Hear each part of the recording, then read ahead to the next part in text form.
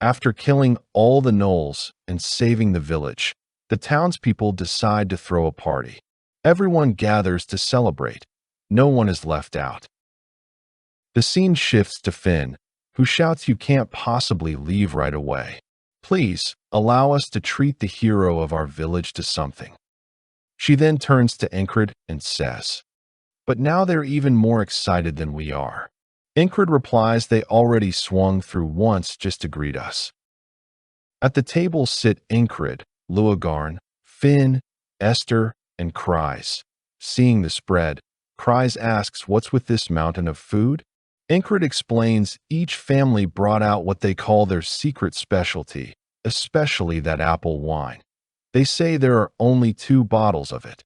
The moment Kreis hears there are only 2 bottles, he samples it and immediately says if we sell this to the border guard, we'd make a fortune. He only thinks about money. Esther asks Ingrid to give her some wine, and as he pours a little into her mouth, he murmurs, "I appreciate the hospitality, but I can't help but feel like we're consuming the village's precious food." Lugarn cuts in, "So what? It's a token of thanks from the people you saved. Can't you be a little happier about it?" The village chief, already tipsy, and another elder watch Ingrid and his friends. The chief declares, "I've decided. I'm marrying my daughter to squad leader Ingrid." The other elder slurs, "Of course, there's no better groom than him." A woman listening to their conversation yells she's 5 years old. "What nonsense are you talking about?" An enthusiastic child shouts, "I'll join under the hero and train." A boy sneers, "Oh, stop it. What could a runt like you possibly do?" They turn to Captain Deutsche for his opinion. "Also drunk," he says, "join under him? I like that idea." One soldier objects, "Captain, that's betrayal." Kreis tracks down the man who brewed the wine and says, "You're a master brewer, right? Let's talk business for a moment." The scene cuts to other villagers proposing, "Shall we commemorate this day every year? How about Ingrid Day?" Ingrid hears, smiles, and says that sounds good. It's a fine sight. Ingrid reflects on the battle and thinks to himself, the past 4 days, while deceiving the cultist and fighting the gnolls, I felt it myself, that my strength had surpassed its previous limits, and I realized even more clearly that without its still unstable power. I filled the gap with techniques like Heart of Great Strength, but still. At that moment, Luagarn asks, "How does one obtain will? Aren't you curious?" Ingrid answers, "Didn't you say I would know when the time comes?" Luagarn replies, "I did. However, seeing you now, it feels like that time isn't far off." Luagarn explains Junior Knight's channel will into 1 or 2 specific movements, activating it at will in those actions. Ingrid adds, like Junior Knight, Aegia's intimidation, which carries will in her presence, or infusing will into the legs to gain explosive speed. Luagarn clarifies those are examples of will activated in specific actions. That's what it means to be a Junior Knight. Using will in limited motions, a knight goes further, freely using will at any moment, becoming a being of near superhuman power. Even those who can use will partially often fail to become knights. No, almost all of them do. He asks, "Even so, do you still think you can become a knight?" Ingrid replies, a dream I've held on to for a long time." Luagarn studies him. Ingrid declares, "I will become a knight." Luagarn, thinking to herself, notes he speaks as if indifferent, but I can feel the blazing flame he holds in his heart, a great passion that captivates those around him. She then tells him, "Once I leave this village, I must return to my original duties. For a frog, there is a covenant that must take priority over desire. I can't be away any longer." Ingrid says, "So this is goodbye. You stayed longer than I expected." Luagarn snaps, "You. Stop speaking formally to me." Ingrid, surprised, replies, "I don't mind. But why all of a sudden?" Luagarn says, "I don't like being treated formally by someone I'm giving my heart to. If you become a knight, I'll fall for you." Ingrid explains to a frog, spiritual love is separate from reproduction. It is a love that conveys deep feelings. Even if the one they share spiritual love with has another lover, it does not matter. They may even reveal themselves and ask for understanding. For a human to receive a frog's love is extremely rare and special. Ingrid replies, "Do as you like." Luagarn, to herself, wonders, "I wonder if you even understand the weight of that. Even that attitude of yours. It's becoming a problem how much I like it." She smiles.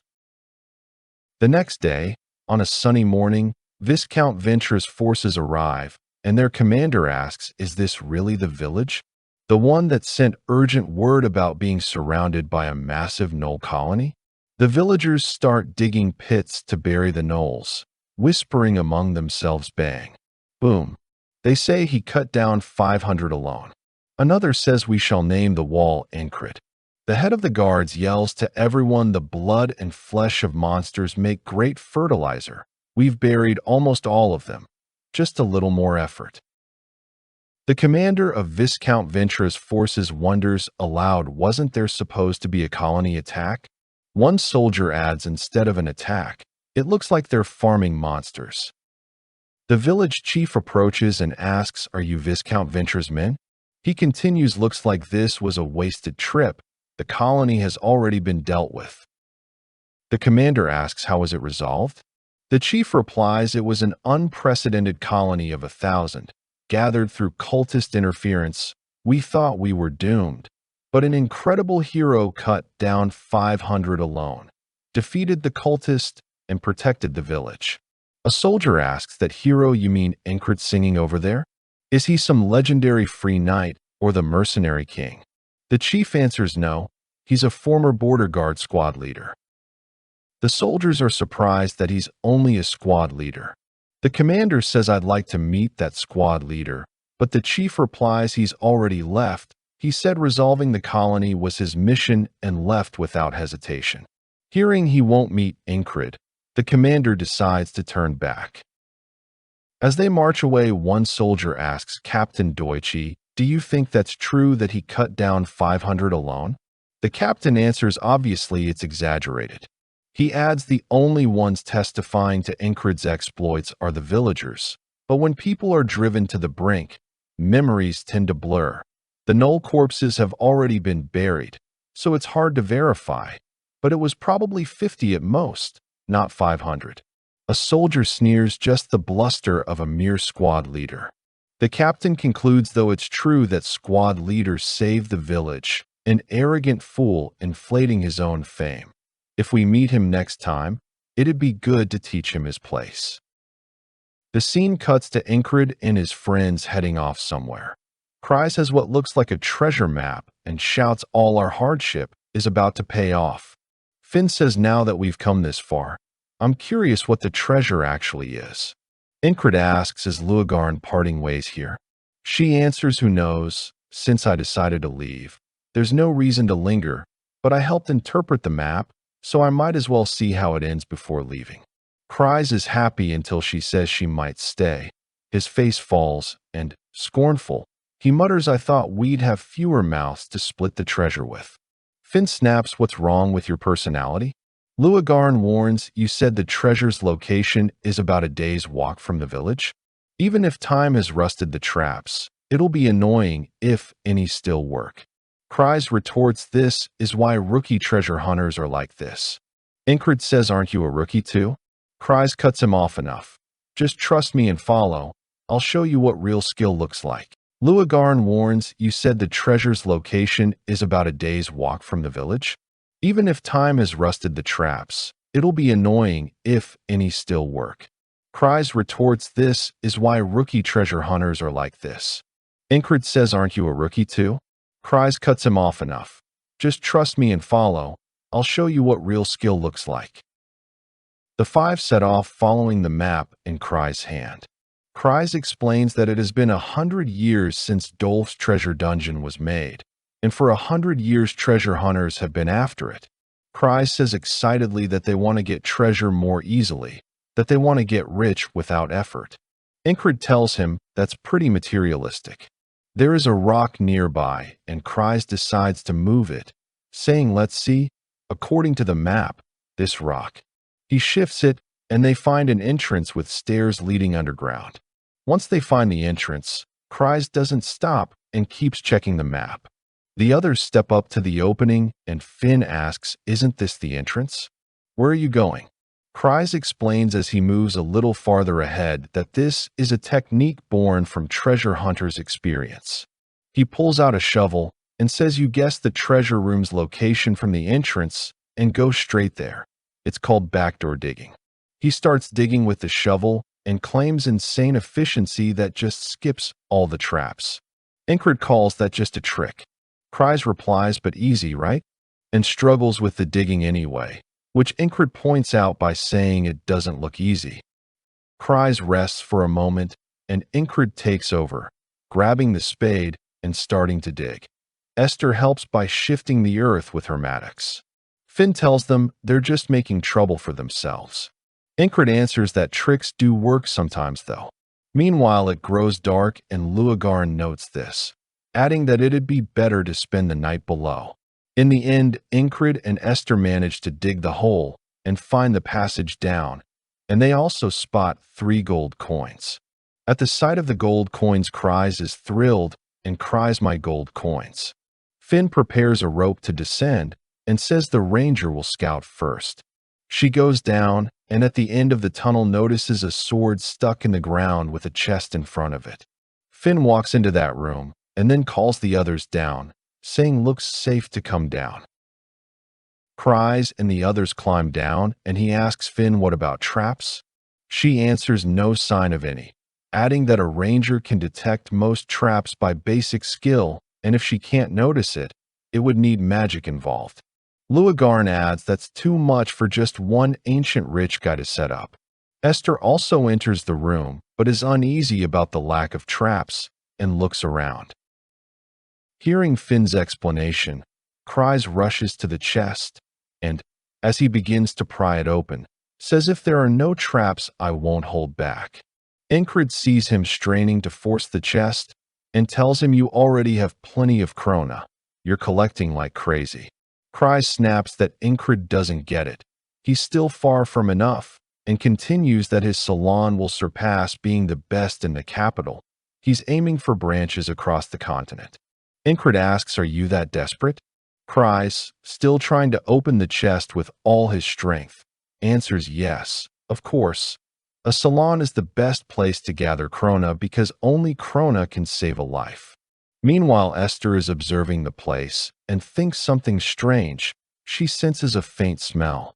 When she looks toward Cries, she notices power spilling from the chest and immediately goes into a defensive stance, warning that that chest has a spell on it and telling him to get away from there, Big Eyes. She lets out a roar to warn him. Cries hears it and is terrified, but in the meantime he manages to open the chest. A bubble of magic bursts out of the chest and expands very quickly, first engulfing Cries and then Ingrid. Finn and Luagarn try to escape, but don't make it and are caught too. Only Esther manages to get clear for the moment, but the magic bubble wraps the lower part of her body and then her head.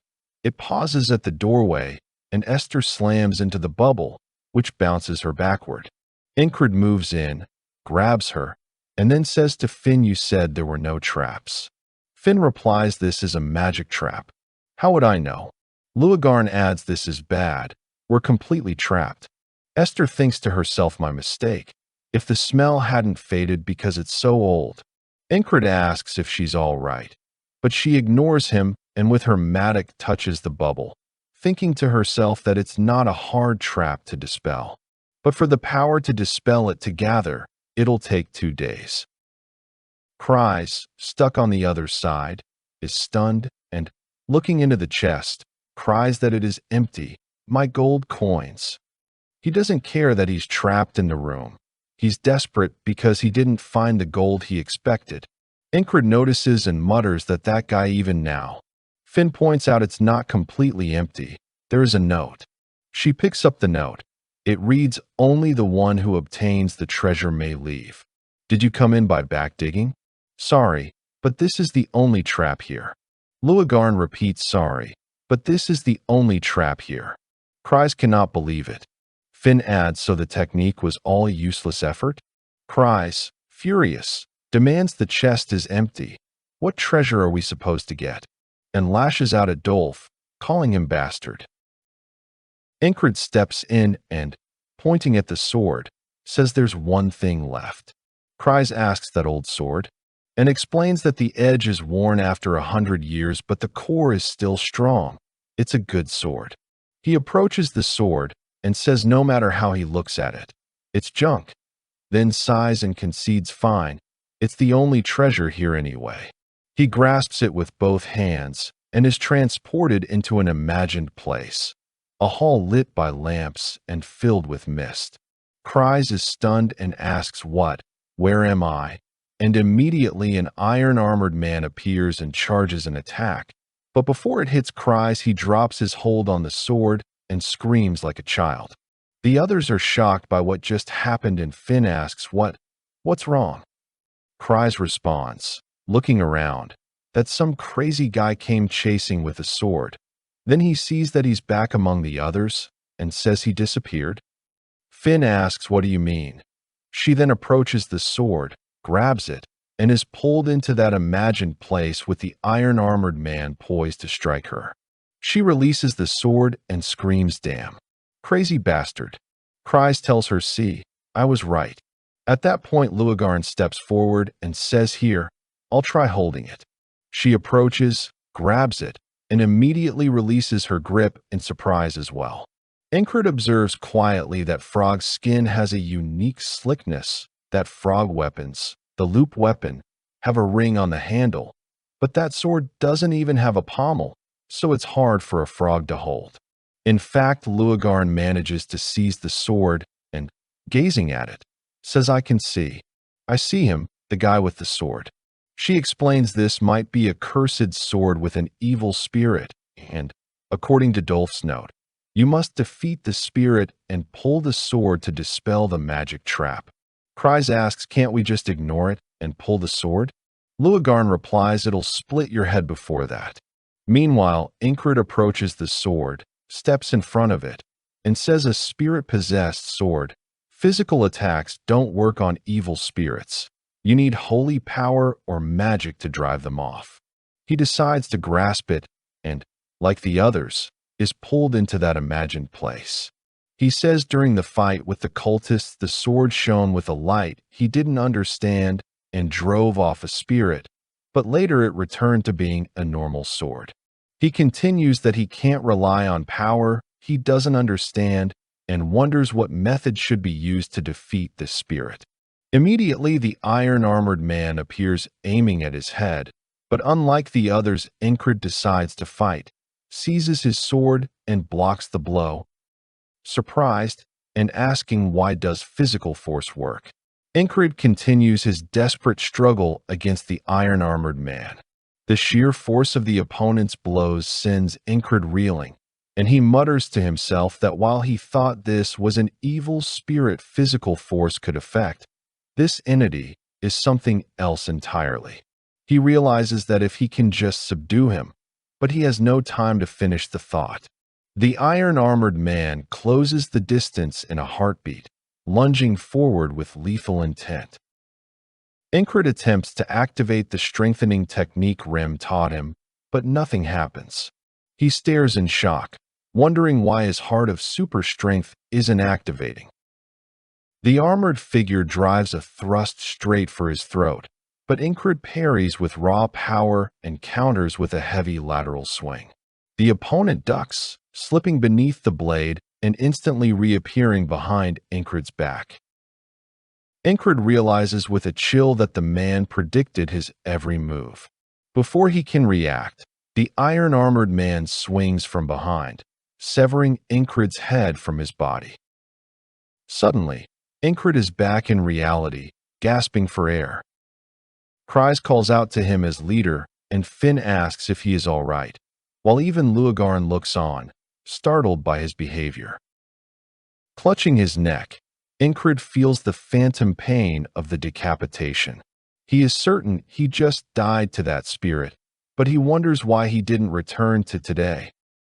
He turns to Cries and asks how much time has passed. Surprised by the question, Cries tells him it has only been a moment, barely 5 seconds. Incred calculates that the fight felt like it lasted over 20 seconds, realizing the flow of time is warped. The space inside the sword is a separate reality from the world outside. He bluntly informs the group that he just died to the spirit. Finn and Cries immediately drop into combat stances, with Cries shouting about what might be standing in front of them and Finn panicking, asking if the thing they are facing is a spirit. Luagarn reaches out and touches Incred, noting that he looks perfectly alive, and concludes that dying inside that space doesn't physically affect the body. Incred is speechless at their frantic reactions, but tells Luagarn that he crossed swords with the entity, describing its movements as high-level, orthodox swordsmanship that could read his every attack. Luagarn realizes this isn't a typical cursed blade. She explains to the group that the sword is a tutor.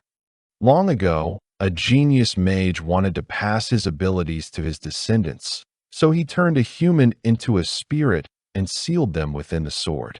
However, the mage didn't understand the human soul. The human trapped as a tutor had their mind and soul torn apart, becoming obsessed only with passing on skills. Even if the holder goes mad and dies countless times, the teaching never stops. One must fully learn the skill the tutor teaches and surpass the tutor with it. Only then is the soul freed and the lesson ended. The treasure Dolph mentioned wasn't gold. It was the swordsmanship itself. Cries is devastated, unable to believe they found a lesson instead of the gold coins he expected. Luagarn warns Incred to give up, stating that a human mind cannot endure the trauma of repeated death without becoming irreversibly insane. What she doesn't know is that Incred has already died at least 1,000 times. To him, this is nothing. While Cries wallows in guilt and Finn hopes the barrier will weaken, Luagarn suggests that if the hilt had a ring, she could pull the sword free. Cries offers to take responsibility, but Incred ignores them all, simply stating that he will do it. As he reaches for the blade, Luagarn grabs his hand and tells him to stop. She acknowledges his strong will but asks if he thinks this is a joke, confessing she doesn't want to lose her future lover for nothing. Incred interrupts her, looking her in the eye and insisting this is something he can do. Luagarn is left perplexed by his unwavering confidence. Incred grabs the sword and is instantly transported back to the arena. The iron-armored man wastes no time, aiming for his head again. But this time, Incred ducks and quips that it's a rough welcome, asking if the spirit was waiting for him. As the duel resumes, Incred notes that neither his sixth sense nor his focus will activate. He realizes the only thing he can use here is pure swordsmanship. Incred strikes down with all his might, but the tutor parries and counters. Incred blocks the follow-up, his strength forcing the tutor's arm back before he swings for the head, though the armored man dodges. Incred keeps up the pressure, realizing that even if he dies, he wakes up in reality without the need to repeat today to pass time. It is a perfect training ground for endless retries. The iron-armored man catches him with an upward slash, slicing off Incred's left ear. Despite the wound, Incred smiles, finding the process incredibly efficient. He tells himself that nothing is easier for him than dying over and over, calling the tutor the perfect tool before lunging back into the fray. Outside, Luagarn calls him a fool, noting that even priests of the god of endurance fail this test 9 times out of 10. Finn suggests he might be trying to protect their minds by taking the burden alone. At that moment, Incred loses his grip on the sword, signaling another death. He clutches his right arm in the real world, shouting about the amazing strike that just cut his arm off. He begins to mimic the tutor's movement, realizing the spirit moved in a way that was slightly different from his own technique. His companions watch in stunned silence as Incred decides to try again immediately. He reaches for the sword, claiming he's starting to get the hang of it. A speechless Kryze points at him and looks at Finn, who admits she was mistaken about his limits. Kryze reminds them that their squad is called the Madmen, and Finn suggests Incred might already be so crazy that he can't get any worse. Kryze suggests they might as well eat dinner while he continues. Luagarn still struggles to understand, asking if it doesn't hurt and noting that with his talent, he'll have to die countless times. Incred looks at her with eyes full of life, replying that since it isn't a real death, the pain doesn't matter. Luagarn is shaken, wondering if he actually enjoys the pain. Incred explains that no matter the agony, he will learn everything he can, because that is how a dull person moves forward. Luagarn sighs, calling him an uncontrollable madman, but steps forward to correct his form. She shows him how to position his foot further forward for the move he's trying. When Incred compliments her teaching, she explains that as a scholar, researching and passing on swordsmanship is her role. She tells him that while her oath prevents her from teaching new techniques, she can supplement his training to help him surpass the tutor's orthodox style. Incred is overjoyed by the offer. The day passes as the setting sun gives way to the night, yet they remain trapped inside. Finn and Kryze have fallen asleep, but Esther begins to circulate her energy. She notices that the forces are gathering faster than expected. At this level, she realizes she should be able to break this trap. She is confident she can shatter it, but her gaze shifts toward Incred. He is currently training under Luagarn to defeat the iron-armored man and break the enchantment. In reality, Incred's true goal is simply to become much stronger. He views this life-or-death struggle merely as a training session. Luagarn corrects Incred's posture, telling him that his movement isn't right and that he needs to raise his arm higher. She asks if he understands. Incred is genuinely happy to receive her teaching and asks her to show him once more. Watching him, Esther wonders to herself why this individual is so excited. She questions if breaking the trap now would be a hindrance or not. For the moment, she decides to do nothing, choosing instead to wait and see what Incred can achieve. Observing his technique, Luagarn points out that his swordsmanship is primarily based on the medium sword style he learned from that blonde boy, Ragna. She continues, mentioning that whether it is Yung Jung or any other technique, but Incred interrupts her. He argues that all sword techniques ultimately stem from a single origin, so it is better to master them all uniformly. Luagarn agrees. She explains that while the heavy sword technique relies on moving with firmness and weight, the core of the straight sword technique is reading the moves. To read the opponent's actions and trap them within your own is the heart of the straight sword. You must predict and respond. She tells him to acquire enough experience to understand everything about his opponent. When he is able to perfectly reproduce the movements of the iron-armored man, he will finally surpass him.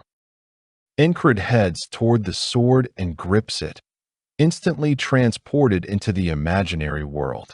The iron-armored man charges at full speed. Incred draws his sword and parries a powerful blow, but the opponent immediately prepares an overhead strike. Incred thinks to himself that it is a diagonal slash from bottom to top. He realizes that if he increases the distance now, he will be dragged into the man's rhythm until the next move.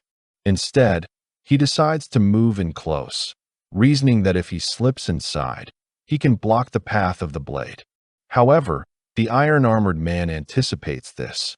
Instead of striking diagonally, he brings the blade straight down with all his might, catching Incred off guard and killing him. Back in the real world, Luagarn explains that the attempt was good, but trying to block was too defensive a response. Incred decides to try again. He grabs the sword and returns to the imaginary world, remembering Luagarn's words. She told him to do the same thing and slip inside, but instead of blocking, to aim for the ankles.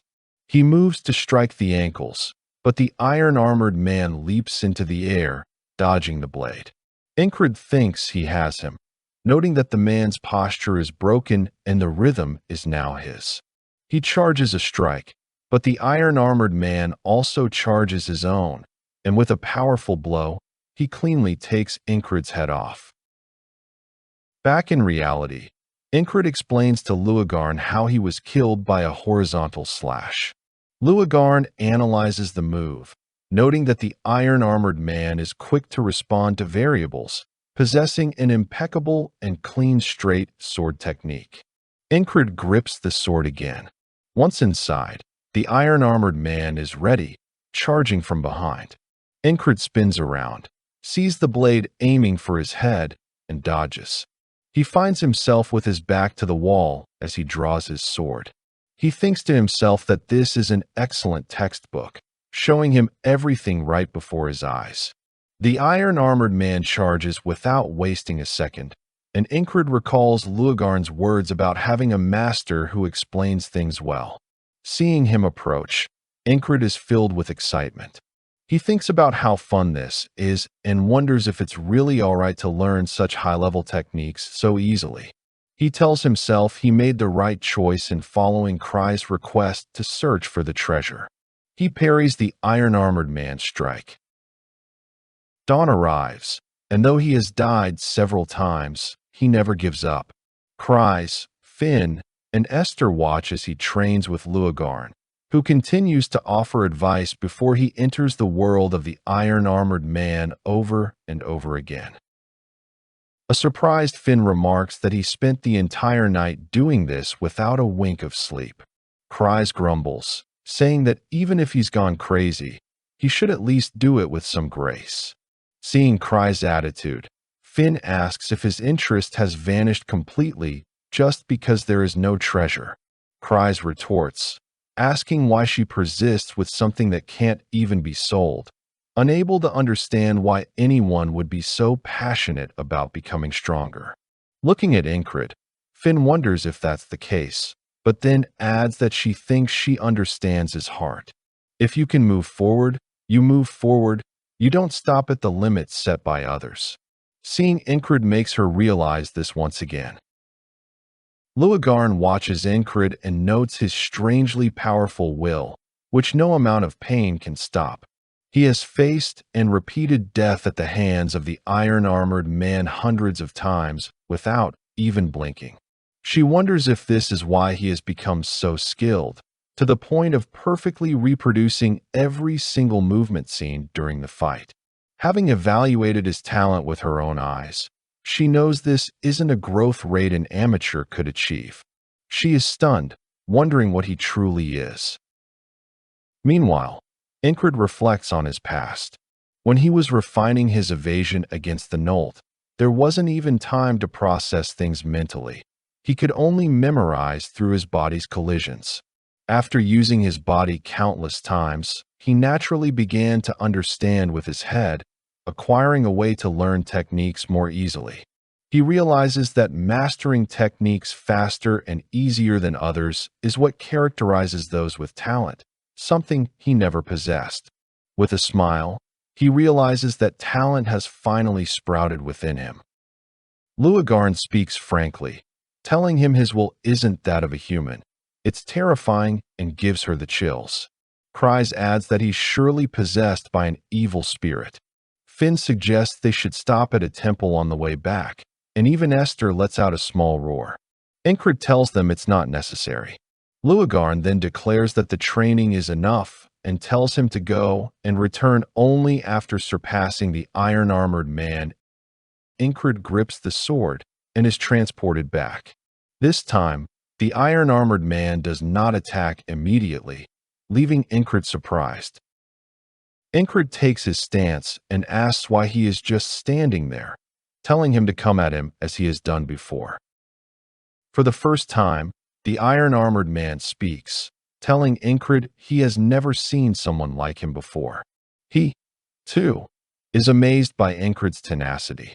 A shocked Ingrid asks if he can actually talk. The man replies that before he was a tutor, he was a human, and he acknowledges Ingrid's hunger for the sword. He says that this hunger has awakened his consciousness. Ingrid, uninterested in talk, lunges at him, and at the last second, the iron-armored man parries the blow. With excitement clear on his face, Ingrid tells him to stop the chatter and just fight. The man replies that before he was a tutor, he was a human, and he acknowledges Ingrid's hunger for the sword. He says that this hunger has awakened his consciousness. Ingrid, uninterested in talk, lunges at him, and at the last second, the iron-armored man parries the blow. With excitement clear on his face, Ingrid tells him to stop the chatter and just fight. The air is thick with the scent of ozone and ancient dust as Ingrid prepares for the final exchange. He charges into the fray, his heart beating with a rhythmic calm that contradicts the chaos of the battlefield. In his mind, a silent realization takes hold. He has faced the iron-armored man hundreds, perhaps thousands of times before in the relentless loops of his training. Every swing, every shift in weight, every subtle tell of the armored giant is now etched into his muscle memory. He can already read the enemy's moves before they even begin to manifest in the physical world. Across from him, the iron-armored man is a portrait of pure, unadulterated fury. He is incensed that Ingrid had the audacity to strike while he was still speaking, viewing the interruption as a slight against his warrior's honor. He bellows a curse, calling Ingrid a bastard, and flings himself forward with a momentum that seems to defy the laws of physics. Where his heavy greaves meet the earth, the ground itself groans and shatters, leaving a trail of cratered stone in his wake. Ingrid watches the behemoth approach, his eyes narrowed as he dissects the trajectory of the incoming blade. From his current stance, it initially looks like a direct thrust to the heart, a killing blow meant to end the struggle instantly. However, Ingrid's heightened perception notices a minute adjustment in the angle of the arm. No, he concludes, that specific tilt isn't for a thrust. It's a setup for a crushing blow to the head. Just as Ingrid anticipates, the iron-armored man redirects his massive sword at the very last microsecond, pivoting the weight of the steel toward Ingrid's skull. But the trap has already failed. Having predicted the maneuver, Ingrid is already in position. He brings his own blade up in a precise arc, parrying the strike with such explosive force that the heavy weapon is sent recoiling. The iron-armored man is forced back, his balance momentarily compromised by the sheer power of Ingrid's defense. Seizing the moment, Ingrid settles into a perfect offensive posture. He speaks with a voice that is cold and certain, telling his foe that every movement he is capable of executing has become transparent. The iron-armored man is no longer a predator. He is now entirely under Ingrid's control. Without a moment's hesitation, Ingrid lunges forward, aiming directly for the iron-armored man's head. The giant's sword is still high and out of position from the previous parry, leaving his entire upper body dangerously exposed. The iron-armored man is visibly stunned by Ingrid's speed and tactical evolution. Internally, he screams in disbelief, unable to comprehend how his pupil has reached this level of mastery. Yet, driven by centuries of combat instinct, he manages to bring the pommel of his sword down just in time to deflect Ingrid's killing blow. He acknowledges Ingrid's growth, admitting that the boy has improved vastly since the start of their encounter. But Ingrid is relentless. He doesn't allow the conversation to create a lull in the violence. He immediately transitions into a powerful horizontal slash, a silver streak of lethality that slices through the air. The iron-armored man meets the strike head-on, resulting in a violent clash of steel against steel. The impact is so heavy that the armored warrior is forced to retreat several steps, his boots skidding across the debris. He realizes with a sense of grim admiration that both Incred's predictive abilities and his fundamental swordsmanship have reached a state of flawlessness. The battle continues with a frantic, rhythmic intensity. Incred presses the attack without a single second of respite. The iron-armored man parries and blocks with desperate efficiency, but the tide has irrevocably shifted. Incred is now the master of the exchange. He targets the head once more, but the warrior ducks low, narrowly evading the steel. Attempting to exploit a perceived gap, the iron-armored man charges his own counterstroke, shouting that while Incred is fast, there are still openings in his guard. He swings with everything he has, but his blade finds nothing but empty air. Incred has already ghosted to the side, his movement as fluid as water. He mocks the giant's failed gambit, explaining that the opening was a bait. It was exactly what he wanted the iron-armored man to think. Before the warrior can recover, Incred strikes, his blade biting deep into the man's flank. The wound is catastrophic. The iron-armored man staggers, the weight of his own legend finally failing him. He falls to one knee, driving his sword into the ground to keep from collapsing entirely. He looks up at Incred, spitting out the word arrogant with his remaining breath. But Incred is a machine of finality now. He walks forward, uses his foot to pin the giant's sword to the dirt, and levels his own blade at the man's visor. With a tone of final, cold respect, he tells him that he fought well. The iron-armored man's eyes ignite with a brilliant, final light at those words. Incred drives his sword home, plunging the steel into the head of the tutor. Instead of red, a thick, black fluid, a manifestation of his corrupted essence, erupts from the wound. As Incred pulls his blade free, a magnificent blue aura begins to leak from the helmet, swirling into the air like celestial smoke. The iron-armored man's body finally goes limp and falls to the earth. Victory is finally his. Incred lets out a long, heavy sigh of relief, the tension of the life-and-death struggle finally leaving his muscles. He turns away, reflecting on the fact that he has truly surpassed the iron-armored man. He wonders to himself just how much stronger he has become through this ordeal. To truly gauge his new limits, he knows he needs to return to the world as quickly as possible and test himself against the strongest allies and enemies he knows: Rem, Saxon, Ragna, and Auden. As he dwells on these thoughts of future strength, the fallen warrior's body begins to dissolve, transforming into a shimmering spirit. To Incred's surprise, the spirit speaks, offering his genuine gratitude. He reveals that before he was bound as a tutor, his spirit had been shattered into fragments.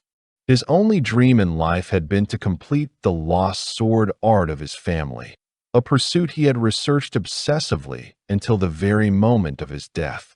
Incred, exhausted and perhaps a bit impatient, asks if the man has suddenly turned into a podcast narrator. The spirit is taken aback, admitting with a stutter that he supposes he has. Incred dismisses the sentimentality, reminding him that their time is running out. The spirit begs for just a minute, no, 30 seconds, to finish his thought. Incred demands he keep it brief, a request that leaves the spirit momentarily stunned. Quickly, the spirit explains that through their combat, Incred provided the missing inspiration he needed. Seeing his techniques reflected and perfected by Incred allowed him to finally complete the sword art that had been his life's work. The dream of his lineage is now realized, and it has been passed into Incred's hands. With a translucent tear tracking down his cheek, the spirit sighs that it is finally over. He confesses that he was actually becoming frightened because Incred kept returning to face him over and over, always wearing that same, unsettling smile.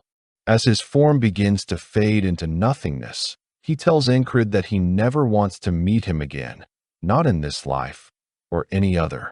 Incred doesn't let him have the last word, reminding the spirit that he was the one who had been torturing and killing Incred slowly, loop after loop.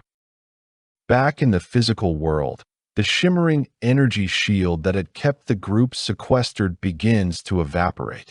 Cries and Finn stand frozen, watching in total disbelief as the barrier vanishes. Luagarn approaches Incred, asking with bated breath if he truly succeeded in the impossible task.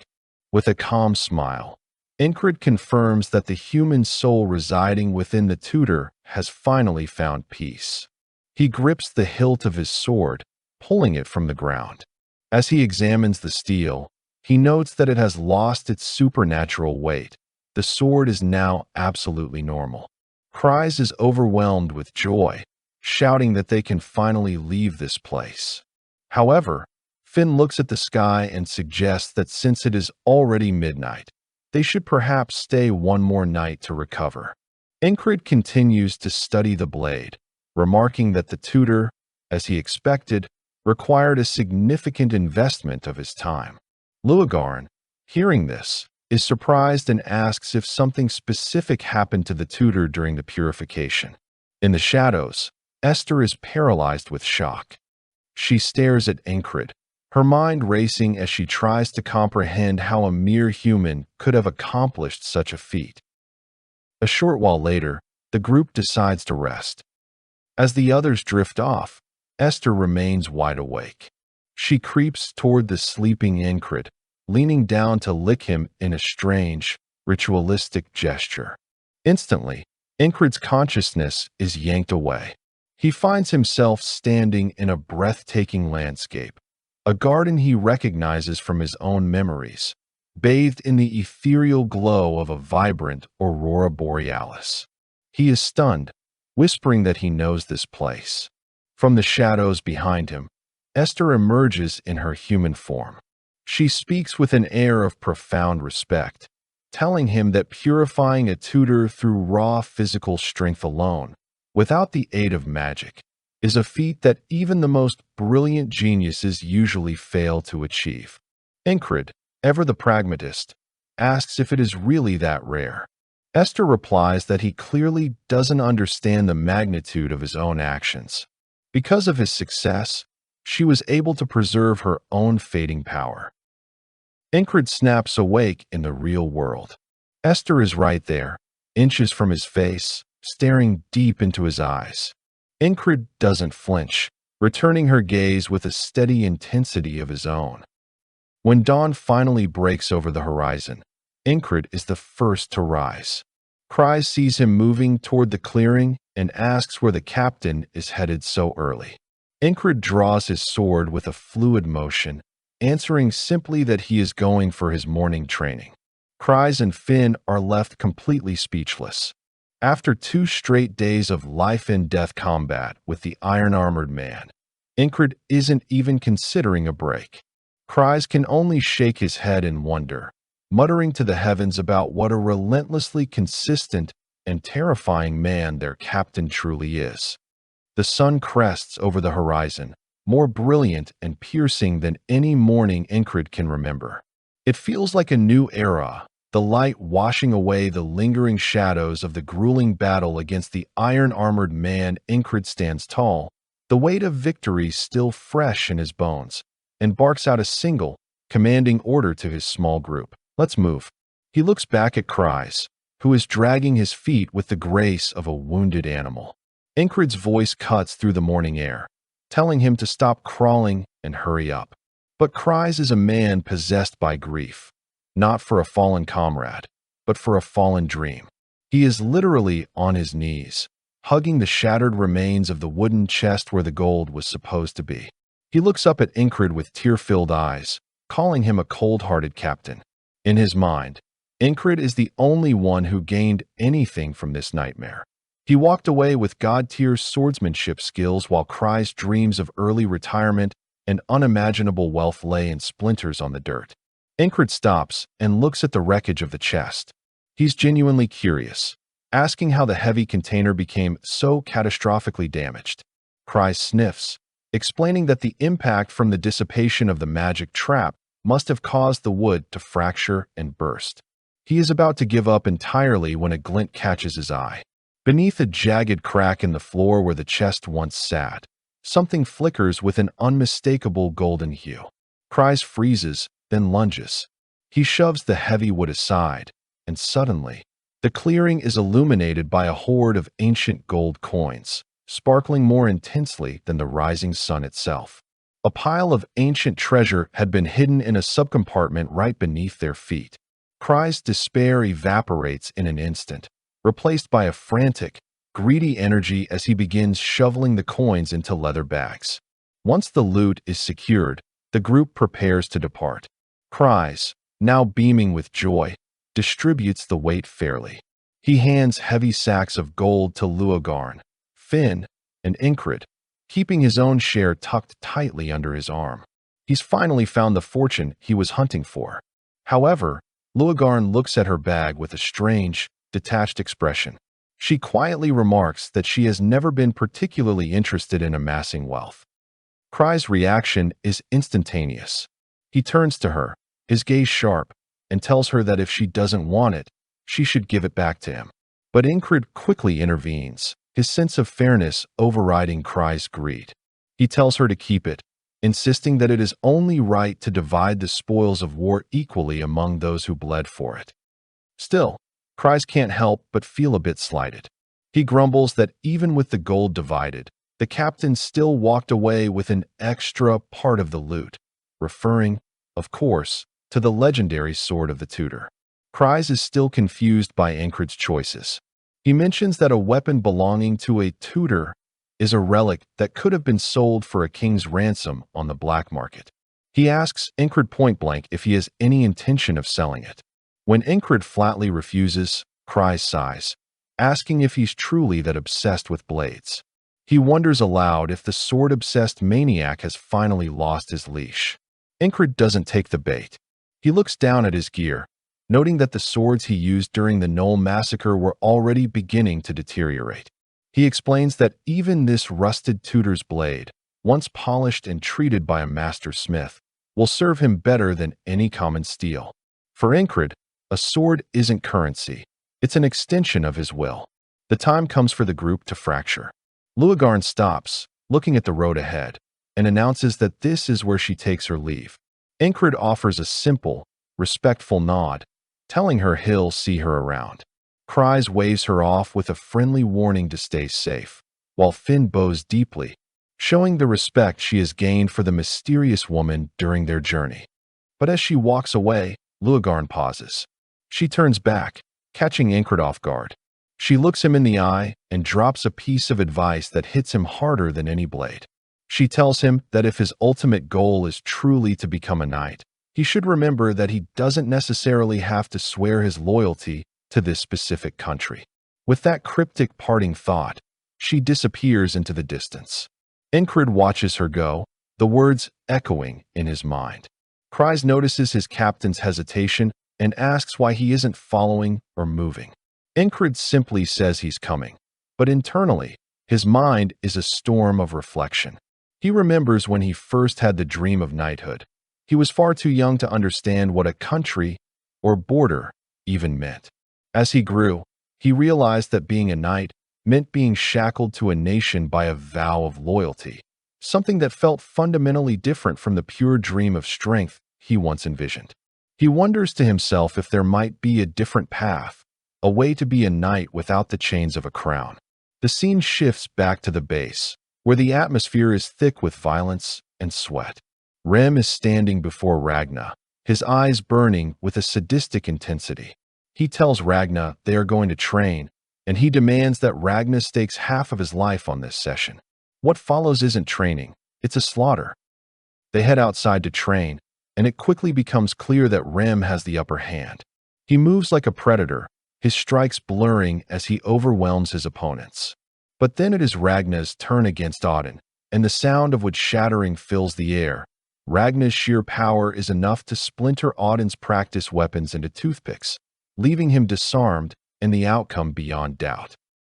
Finally, Rem faces off against Saxon, and the two engage in an endless, high-speed exchange that seems like it will never conclude. Nearby, the regular soldiers are watching the spectacle, and they are visibly trembling. One of them whispers, asking if those men are even human or if they are monsters wearing human skin. Another admits he is too terrified to even set foot on that training ground while they are active. The morale of the common infantry is plummeting. One soldier looks down at his own sword with a sense of utter futility, wondering what the point of even trying is. He knows he wouldn't stand a chance against lunatics like them, and in a moment of despair, he lets his sword clatter to the ground. Hidden behind a tree, Paul watches the same scene. He's trying to psych himself up, calling the other soldiers useless cowards. He tells himself that he, Paul, will give everything to his training and die on this field if he has to. He claims he has been reborn as a motivated soldier, but his courage is short-lived. In the heat of their duel, Auden grabs Rem by the foot and swings him like a flail, slamming him directly into the tree Paul was using for cover. The wood explodes into splinters, and Paul nearly loses his mind with terror. He flees the scene, screaming, while Auden and Rem continue their brutal dance as if nothing happened. The battalion commander stands with Shinar, looking out at the chaos. He mentions the rumors circulating within the unit. People are calling this place a training camp for lunatics. He acknowledges that the regular soldiers are losing their drive after witnessing the gap in power. His solution is simple: separate them completely. He orders Shinar to proceed with creating an exclusive zone for these high-level fighters. Then, he shifts his tone, asking Shinar if it's true that she has been participating in these brawls herself. Shinar doesn't deny it. In fact, she was in the middle of a sparring match with Ragna.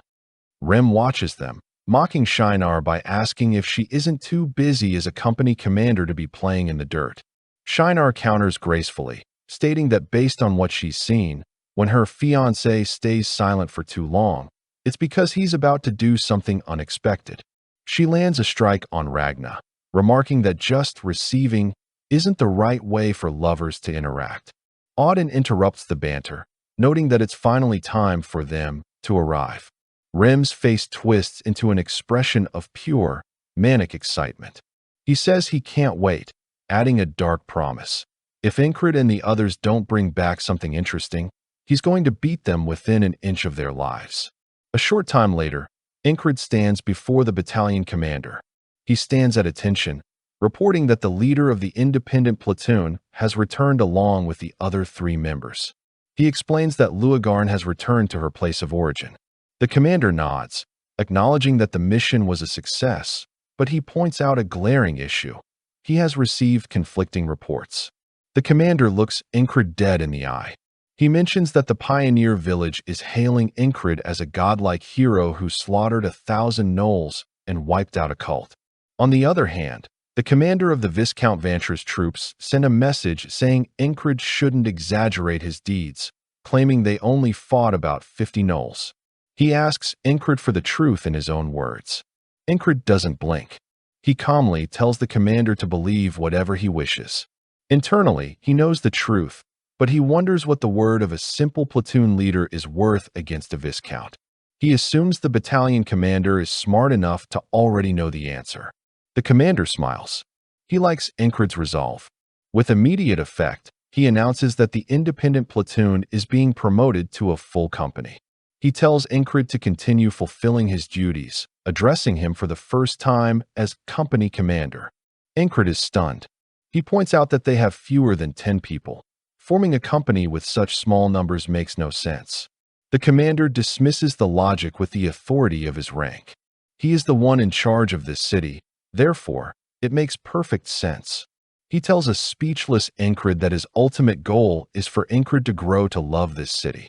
Incred returns to the squad, where Cries is already waiting, vibrating with excitement. He asks if the captain heard the news. They've been given an exclusive training ground all to themselves. Rem walks up and throws a heavy arm over Incred's shoulder. Incred looks at the group of misfits and lunatics and delivers the news. They are now a company. Cries' jaw drops. But Rem couldn't care less about titles. He just wants the details of the mission, having heard they put on quite a show out there. Kreis tries to interrupt, demanding to know what he means by company, but he's ignored as Ragna chimes in. Ragna teases Ingrid, asking if the little commander returned with all his bones intact, calling him fragile. Ingrid doesn't argue. He just smiles. Rem is baffled, asking what's so funny.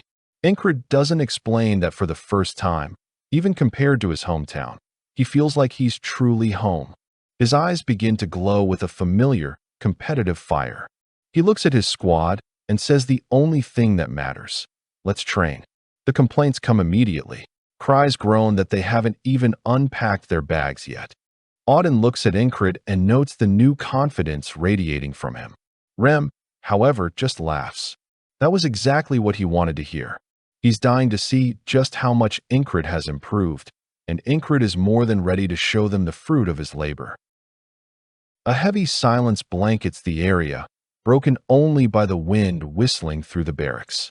In the center of this arena stand two figures who embody the essence of violence. Ingrid tightens his grip on his hilt, his knuckles white and his breathing rhythmic. His eyes are locked on Rem, the man who has loomed over him like a titan since the day they met.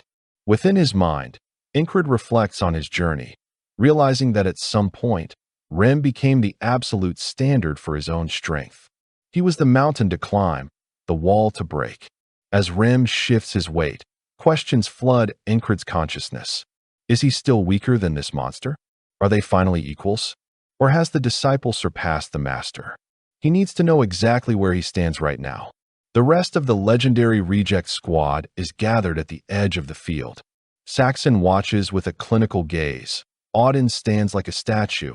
Ragna leans against a post with intense curiosity, and even Kreis has stopped counting his coins to witness the spectacle.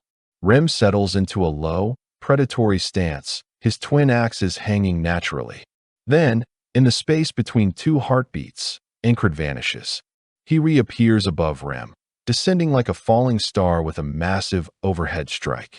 Rem reacts with the instincts of an apex predator, crossing his axes just in time. The collision is titanic, sending a shockwave through the air and showering the ground in white-hot sparks as the blade grinds against the steel. Rem is visibly caught off guard by the ferocity of the attack. A wild, ecstatic light dances in his eyes.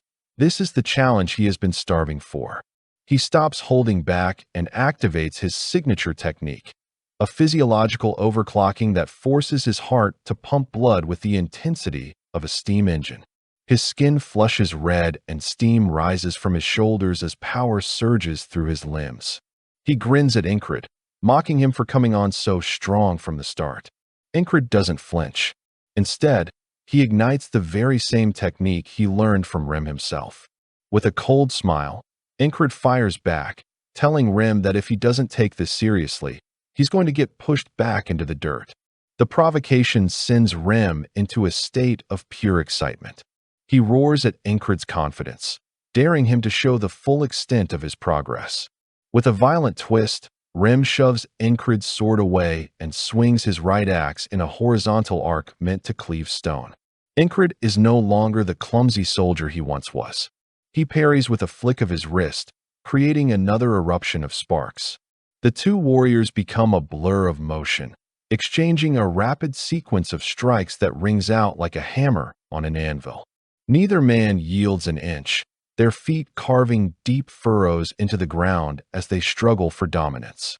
Ingrid gathers his power, raising his sword high before bringing it down in a vertical cleave that carries the weight of his soul.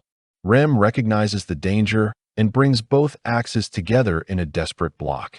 The impact is so immense that the earth beneath Rem's boots shatters, yet he manages to redirect the momentum to the side.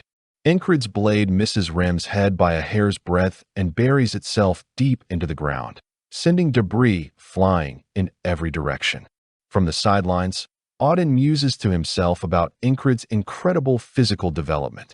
He notes that even if Ingrid is relying on barbarian techniques, his underlying stamina has improved beyond recognition. Saxon is equally impressed by Ingrid's sudden mastery of coordination, He remembers when Incred lacked any sense of dodging, and wonders when he became so proficient at dancing through the jaws of death. Ragnar recognizes the forms being used, realizing that Incred is brilliantly blending the righteous sword technique with the heavy sword style, weaving different philosophies into one natural, lethal sequence. Back in the circle, Incred grips his sword with both hands, unleashing a powerful diagonal slash. The blow is so heavy it strikes both of Rem's axes simultaneously, forcing the giant to stagger backward. Rem is stunned, realizing his own battle rhythm is failing to break Incred's momentum. He thinks back to their earlier days when Incred was just a source of amusement, a pup to play with. But the man before him now is no toy. Rem feels a surge of genuine bloodlust and a thrill bordering on insanity. He realizes he would have to risk at least half of his life just to secure a victory. Rem puts his entire being into a massive swing that sends Incred flying backward. He immediately drops into a crouch, coiling his muscles for a final lunge. He curses under his breath, knowing that if he doesn't regain control, this won't end as a spar, but as a funeral. However, Incred recovers with superhuman speed, launching a lateral attack. Rem twists mid-air, barely evading a lethal cut, and manages to graze Incred's bicep. The smell of blood only fuels Rem's madness. He thinks to himself that he just needs a little more of this exquisite tension. Incred draws blood from Rem's flank, and in return, Rem opens a gash on Incred's shoulder. Incred doesn't slow down, pivoting to deliver a stinging cut across Rem's back. The sight of his own blood pushes Rem over the edge. He becomes obsessed with the feeling of risking his life and aims his axe directly at Incred's throat. The weapon streaks toward its target with terrifying precision. Incred, drained, lets out a weary sigh and allows his body to fall toward the right. Rem sees the opening and his heart stops. He realizes Incred hasn't been able to get his guard up in time. It is far too late to pull the axe back. In that fraction of a second, the squad moves as one. Ragnar interposes his blade, shattering Rem's axe head before it can make contact. Simultaneously, Saxon and Auden leap in, grabbing Rem's arms and dragging him backward. Rem is left gasping for air, his chest heaving. Saxon scolds him, asking if he was really trying to kill the boy the moment they were reunited. Rem snaps back, demanding to know why they interfered and insisting he would have stopped on his own. Auden speaks up, admitting he understands why Rem lost control. The pressure Incred was applying was simply too much. Ragnar looks at Incred with newfound respect, noting that while they knew he was growing, they didn't realize he had caught up to them so quickly. Incred sits in the dirt, gasping for air and covered in sweat. Kryze hurries over, suggesting that he pushed himself too hard and should rest.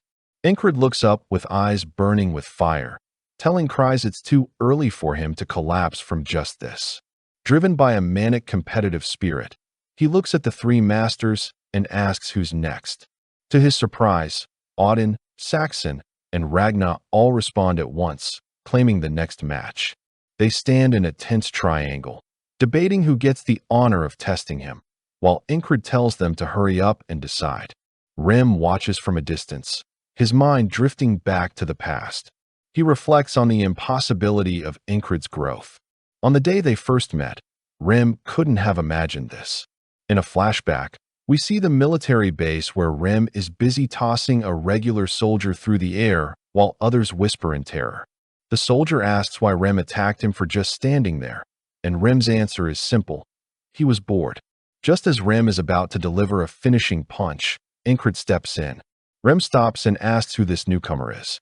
Incred introduces himself as the new squad leader. Rem remembers his internal reaction. Every leader assigned to them before had been a half-witted idiot. He recalls a bald commander screaming about respect who was promptly knocked out by Ragnar for being in the way. He remembers a leader from Squad 444 who was immediately killed by the enemy, while the reject squad watched with indifference. He even remembers a cocky warrior who challenged them to a duel, only to be left in critical condition by Auden, who offered a mocking prayer for his soul. Back in their old dorms, Rem and Kreis had laughed about the cycle of incompetent commanders. Rem wondered if these men had their brains roasted to think they could bark orders at the rejects. Kreis suggested they were just ambitious fools seeking a shortcut to promotion. Rem had assumed Incred would be no different, just another idiot who didn't know his place. But Incred surprised them by doing the one thing no other leader had done. He ignored them. While Rem caused trouble, Incred spent every hour training. When an officer once demanded that Incred get Rem under control, Incred simply stopped his practice for a heartbeat. He turned to Rem, told him to do as the man said, and then immediately went back to his swings, completely unfazed. Rem had been left perplexed, wondering what kind of man could be so obsessed. Looking at the warrior Incred has become today, Rem finally understands that he wasn't just obsessed, he was destined.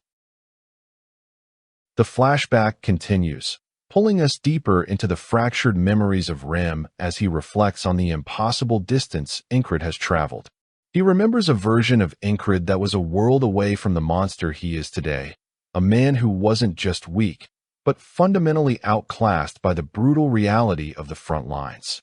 On a battlefield choked with the copper scent of blood and the heavy smoke of burning debris, a younger, greener Incred is shown locked in a desperate struggle against a single, unremarkable enemy soldier. It isn't a clash of heroes. It is a pathetic, grinding fight for survival. Incred's teeth are bared in a primal snarl of frustration, his muscles trembling so violently they threaten to give out as he tries to parry a blade that is slowly, agonizingly being pressed toward his face. Every inch of ground he loses feels like a death sentence. Just as the enemy's steel is about to bite into his flesh, an allied soldier streaks across the field, slamming a strike into the enemy's arm and effectively saving Incred's life. Incred collapses to his knees, his lungs searing as he gasps for air that tastes like ash. The soldier who saved him doesn't offer a hand or a word of comfort. Instead, he looks down at Incred with pure, unadulterated contempt, calling him a useless idiot who is only getting in the way and telling him to get the hell off the battlefield. From a distance, Rem watches this display, his eyes cold and clinical. He sees a man who lacks the spark, a man who is an obstacle to his own side. The memory shifts to the quiet, grueling hours of the night at the military base. Rem recalls watching Incred day after day, night after night, standing before a massive, scarred tree. The rhythmic, dull thud of wood against bark echoes through the camp as Incred swings his sword until his hands are a roadmap of blisters and blood. To Rem, watching this was like watching a man try to break a mountain with a pebble.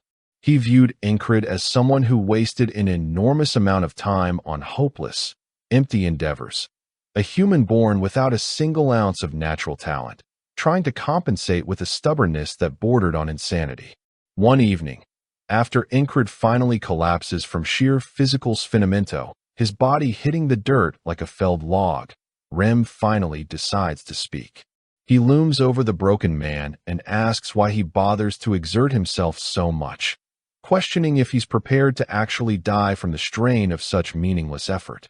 Incred, his voice a hoarse whisper, replies that if he dies here, then that is simply where his path ends. Rem scoffs, his pragmatic mind unable to grasp the logic. He argues that if death is the end of the line, then the effort makes even less sense. Why kill yourself for a goal you'll never see? But Incred looks at him with a gaze that is both hauntingly empty and terrifyingly focused, asking if a man really needs a complex reason to simply do what he can. That single moment of raw, illogical resolve sparks something within Remington. He begins to observe Incred more intensely, realizing that despite his total lack of talent, this man isn't unpleasant to be around. There is a purity to his obsession that Rem finds strangely compelling. A small, rare smile touches Rem's lips as he looks down at the soldier in the dirt. He asks Incred a life-changing question. If he were to teach him a way to grow stronger, would Incred actually have the stomach to follow through? This was the origin of their bond. Rem explains that this was the reason he chose to first teach the captain the heart of the beast, a technique usually reserved for those with the instincts of a predator. He reflects on the initial frustration of that tutelage. No matter how many times he explained the flow of energy, no matter how much he demonstrated the beast's pulse, Incred didn't improve by even a fraction. Rem was on the verge of giving up entirely, convinced that some walls, like the wall of talent, were simply too high to scale. But then, the scene snaps back to the current battlefield, and the contrast is staggering. Incred moves through the enemy ranks like a phantom, his blade finding the gaps in armor with a precision that borders on the supernatural. He drives his steel straight through an enemy's throat in one fluid, cold motion. Rem, watching from the side as he decapitates another soldier with a casual, violent swing, realizes that the captain hasn't just changed, he has transcended his own nature. Incred is growing at a rate that defies the laws of martial arts, evolving into something that even Rem can no longer fully predict. The narrative transitions to the heavy, claustrophobic silence of the dormitories later that night. Incred is lying on his bed, trying to find a moment of rest, but he can feel Rem's gaze piercing through the darkness like a physical weight. Unsettled, Incred sits up and asks Rem what the hell is wrong with him, questioning why he's staring with such intensity. He asks if Rem has done something stupid again. Perhaps he killed someone in a fit of rage or left another soldier crippled for life. Rem is genuinely surprised by the accusation, asking what kind of monster Incred thinks he is.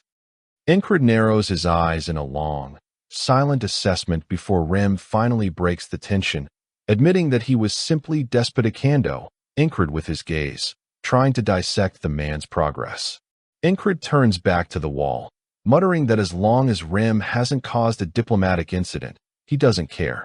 Rem then begins to talk about his past, a subject he usually guards with lethal silence.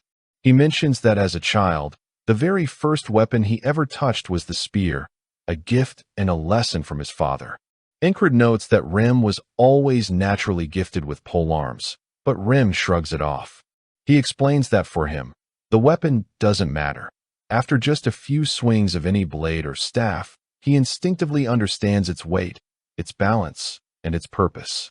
Incred asks if this is just another long-winded way to brag, but Rem tells him to shut up and just listen for once. When Rem was only 15 years old, the War of the West broke out, a catastrophic conflict that many now call the Crown War. It was a time of absolute chaos where dozens of tribes proclaimed their leaders as kings, fighting for the right to rule a desolate landscape. After years of relentless bloodshed, one tribe finally emerged victorious, but the victory was hollow. The West had been so thoroughly devastated that it was eventually annexed by the Empire just to keep the region from collapsing into total starvation. Incred is visibly stunned by this revelation. He does the math in his head. While Rem was a 15-year-old war hero, a prodigy whose name was written in blood across the Western Plains, Incred was just a nameless mercenary crawling through the mud of minor skirmishes. He reflects on the bitter unfairness of talent, how it makes the passage of time unequal for everyone. A year of life for a genius like Rem carries the weight of a decade for an ordinary man. The silence in the room stretches thin until Rem asks a question that cuts through the atmosphere. Does Incred truly, honestly intend to become a knight? Incred confirms it without a second's hesitation, noting to himself that the dream is the only thing that has kept him alive through the loops of death. Silence falls again for a few heavy seconds before Rem makes a declaration that sounds almost like a joke, but carries the weight of a vow. He will also become a knight. Rem expects Incred to laugh in his face, to tell him he's lost his mind, or to remind him that a man who strikes down his superiors is the last person the kingdom would ever dub a knight. Instead, Incred simply tells him to go for it. He says that if that's what Rem wants, then he should become a knight. This unexpected, simple acceptance catches Rem off guard, and he finds himself thinking that Incred is a truly interesting human being. As Incred begins to gear up for the day, he asks if Rem is going to join him for training. Rem scoffs at the obviousness of the question, but as they walk out, his mind remains in the West. He thinks to himself that if he wants this fun to continue, he can't allow Incred to surpass him just yet. He explains that while the people of the continent think there is only one narrow path to knighthood, the West has its own legends. There, they have figures known as heroes, warriors who disbraved the continent in ancient times. Rem was the undisputed top candidate to become a hero before he left his homeland. Now, looking at Incred, he wonders if it's finally time to reclaim the destiny he turned his back on. The scene shifts abruptly to a grand, cold cathedral-like hall far from the front lines. A young man with flowing yellow hair and a gaze that feels like ice holds a holy book. This is the bishop, a high-ranking official of the cult, and he is interrupted by a priest who comes running through the hallowed halls in a state of total panic. The bishop calmly reprimands him, reminding him that a man of the cloth should never run, but the priest is too terrified to care. He whispers the urgent news into the bishop's ear. The bishop's expression shifts from calm to shock. They have failed to seize the pioneer village. More importantly, the failure was caused by a mere platoon leader. He asks if this leader is secretly a hidden knight, but the priest confirms that the man is a commoner through and through. He explains that Nerilia is a kingdom in total chaos, squeezed externally by enemies like the Aspen and the demon hordes, and fractured internally by the power struggle between the crown and the nobility. With so few knights to go around, Nerilia is a house of cards waiting to fall. The bishop reflects on the resources they poured into the Knoll hordes. The plan was to turn the village into a demonic kingdom, a strategic holy land that would allow the cult's teachings to swallow Nerilia whole. He dismisses Incred's victory as a mere fluke, a coincidence of factors that will never be repeated. However, his arrogance is tempered by a cold pragmatism. He declares that they cannot ignore a man who has dared to challenge the divine will. With a villainous smirk, he orders the priest to release that. The priest begins to sweat, his eyes wide with horror. He stammers out the name, the Manticore. The bishop looks out the window, essentially sentencing Incred to death. He notes that coincidences don't happen twice, and that according to the natural order of the world, it is time for the nameless platoon leader to go to God. The chapter ends with a terrifying sight, a monstrous soldier clad in dark armor, riding a nightmare creature with the head of a lion, the horns of a bull, and a lethal, segmented scorpion tail dripping with venom. The chapter opens with an urgent briefing between the commander and the local nobility, the atmosphere heavy with an almost suffocating tension. Surveying the room with a gaze that demands absolute respect, the commander asks if everyone has finally gathered. One of the nobles, a man clearly more concerned with his own comfort than the state of the realm, demands to know why they have been summoned so abruptly, noting with a huff that it isn't even the day for a regular meeting. The commander wastes no time on pleasantries and delivers the news like a hammer blow. The city of Martai has officially declared war on the border guard. The room erupts in a wave of panicked disbelief that borders on chaos. One noble exclaims in shock, questioning if this means total war is truly upon them again, especially considering how little time has passed since the end of the grueling and bloody battle against Aspen. To himself, the commander reflects on the complex, treacherous nature of their new enemy. Because of its ambiguous location, the city of Martai has always been a focal point for territorial disputes between Nelilia and the mercenary king of the East. Currently, the city belongs to Nelilia, but its history is stained with centuries of conflict. Many of its citizens carry Eastern blood and are born fighters who know nothing but the sword. Now, a ruthless man known only as the General rules Martai, and he is rapidly expanding his influence by turning the city into a powerhouse known as the Mercenary City. Shinar adds her sharp, calculated analysis to the discussion, noting that while the border guard is a military stronghold, it is also a vital strategic point for trade and commerce. She deduces that Martai is likely attempting to conquer the border guard to use it as a foundation to expand their reach even further into the heart of the kingdom.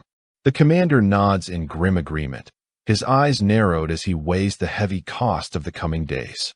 One of the nobles, visibly enraged and trembling with a cowardice he tries to mask as pragmatism, asks what they are supposed to do. He argues that their soldiers are still exhausted from the fight against Aspen, and that facing Martai's massive, fresh army in their current condition is nothing short of a suicide mission. One of the commander's advisors suggests requesting immediate reinforcements from neighboring regions to bolster their defenses. However, another noble scoffs with a cynical, mocking laugh, asking if they truly believe their neighbors would lift a finger to help. With a sneer, the noble points out that those regions covet this territory themselves. In fact, they are more likely to ally with Martai and divide the border guard among themselves like vultures picking at a carcass. Turning to the commander, he asks if it wouldn't be more sensible to choose a safer, more flexible path rather than trusting territories that could betray them at any moment. With a sinister, toothy grin, he proposes a dangerous alternative, an alliance with the Black Sword Bandit group. The commander observes him intensely, his silence weighing heavy on the room like a physical pressure. But before he can even draw breath to respond, the other advisors jump to their feet in pure, unadulterated outrage. They demand to know why they would ever join forces with such miserable, lawless scum who have spent years terrorizing the countryside. The noble screams back at them, his face turning a deep shade of purple, telling them to think long-term and that everything he proposes is for the ultimate survival of the border guard. The commander finally slams his glass onto the table with such terrifying force it nearly shatters, the sound echoing like a cannon shot. He shouts for silence. As the room settles into a fearful, ringing hush, he declares that the soldiers of the border guard are not weak and that they will not accept any outside help that compromises their honor. He firmly states that they will fight Martai and win with their own strength, or not at all. Baron Bancento is absolutely furious with the decision, his face twisting into a mask of pure, silent rage. One by one, the nobles file out with hushed whispers, until only the commander and Shinar remain in the quiet, dim hall. The commander remarks on how irritated the baron seemed, noting the murderous expression on his face at the end, and joking that he thought the man might actually try to punch him right then and there. Shinar retorts that no one would be crazy enough to challenge the legendary war maniac in a fair fight. When she asks who gave him such a fearsome nickname, the commander admits with a dry smile that he gave it to himself. Shinar calls him clever, and he tells her to consider that a high compliment. The commander's expression then turns deadly serious as he mentions Baron Bancento again. The man isn't even trying to hide the fact that he is conspiring with the Black Sword, and the guard who stays constantly by his side is likely a high-level plant sent by the bandits to keep the Baron on a short leash. Shinar asks if he plans to eliminate him, but the commander explains that even if they despise the man, killing a noble in the city would be viewed as a political assassination. Since the Baron is wandering around so carelessly, they just need to wait for the perfect, untraceable opportunity to strike. A few moments later, out in the bustling city streets, Baron Bancento is in a blind, pathetic rage. He begins kicking over everything in his path, including market stalls selling fresh fish and baskets of apples, sending produce flying into the dirt. The vendors cry out in protest over their ruined livelihood, but the Baron ignores them entirely, his ego bruised and bleeding. He fumes about Marcus, grumbling that just because he is a noble, it doesn't change the fact that he is nothing more than a common dog who happened to survive on a battlefield. His guard suggests that the commander must have something he relies on to be so arrogant, and Bancento sneers that it is likely that group of lunatics, especially their leader, Incred. He calls Incred an annoying, low-born bastard and mentions rumors that the man became a company commander after killing 1,000 enemies in a pioneer village, though he dismisses it as a total lie and a cheap piece of propaganda. As he speaks, the Baron rounds a corner and slams directly into a literal wall of muscle, Incred himself. The impact sends the Baron reeling backward, the force of it bruising his face. As his guard rushes to steady him, the Baron begins to scream about which son of a bitch dared to hit him. He stops mid-sentence, his voice catching in his throat as he realizes exactly who he is looking at. Incred offers a brief, hollow apology, saying he didn't see him, and then continues on his way with a steady pace, completely ignoring the noble's existence as if he were a mere gust of wind. Bansinto is left seething, calling Incred trash and wondering why Marcus would protect such an imbecile. The guard asks if that was truly the famous Incred, and the Baron confirms it, adding that if it weren't for that man, Marcus would have already folded and accepted the proposal to ally with the Black Sword. While they fume in the shadows, Incred stops to help the two vendors he passed earlier, quietly and methodically picking up the fish and apples to put them back in their place. He doesn't say a word, but his actions speak for him. From the shadows, Bansinto's guard watches him with narrow eyes and asks if they shouldn't just kill the soldier and be done with it. He reminds the Baron that their ultimate goal is to conquer the entire kingdom of Nalilia, starting with the border guard, to establish the new kingdom of the Black Sword. They have no time to hesitate because of one simple soldier. A dark, predatory smile spreads across the Baron's face as an idea takes hold. He decides to contact the Black Sword immediately and orders them to send their 9 elite members, along with the monstrous mercenary they recently hired. The scene shifts to a group of hooded men standing outside the towering city walls, looking like ghosts in the moonlight. One of them looks toward the border guard, acknowledging their target with a cold nod. Another member of the Black Sword elite boasts that killing a simple soldier should be child's play for them, questioning why they even needed to call for the mercenary. This mercenary is a beast woman, and she looks incredibly formidable despite her silence, standing like a statue carved from stone.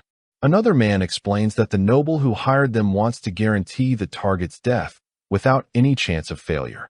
They mock the beast woman, calling her smelly and an idiot, but she is a famous warrior in the mercenary world, her white hair and glowing yellow eyes giving her an aura of raw, ancient power. Suddenly, the beast woman senses a change in the air. She catches the scent of a predator and, shocked by the sheer intensity of the smell, she draws her sword and drops into a low combat stance. The Black Sword members ask what she is doing, and she warns them that something very strong and very dangerous is approaching them right now.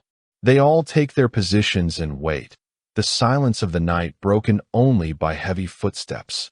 Emerging from the darkness is a man sent by Bishop, accompanied by a terrifying manticore held on a thick iron leash. The beast snarls at them, its breath visible in the cold air, and the Black Sword members are paralyzed with primal fear. They recognize the creature, the head of a lion, the horns of a bull, and the deadly tail of a scorpion. They are stunned that someone has managed to tame a high-level monster like a manticore. The beast tamer looks at them with a menacing, cold expression and asks who they are. When they identify themselves as the Black Sword bandits and ask for his objective, the man tells them it is none of their concern. He explains that he is there to execute someone who dared to challenge the divine will. The border guard platoon commander, Incred. Hearing the name, the Black Sword leader changes his attitude instantly. He tells the beast woman to lower her weapon and suggests to the tamer that their paths aren't entirely separate after all.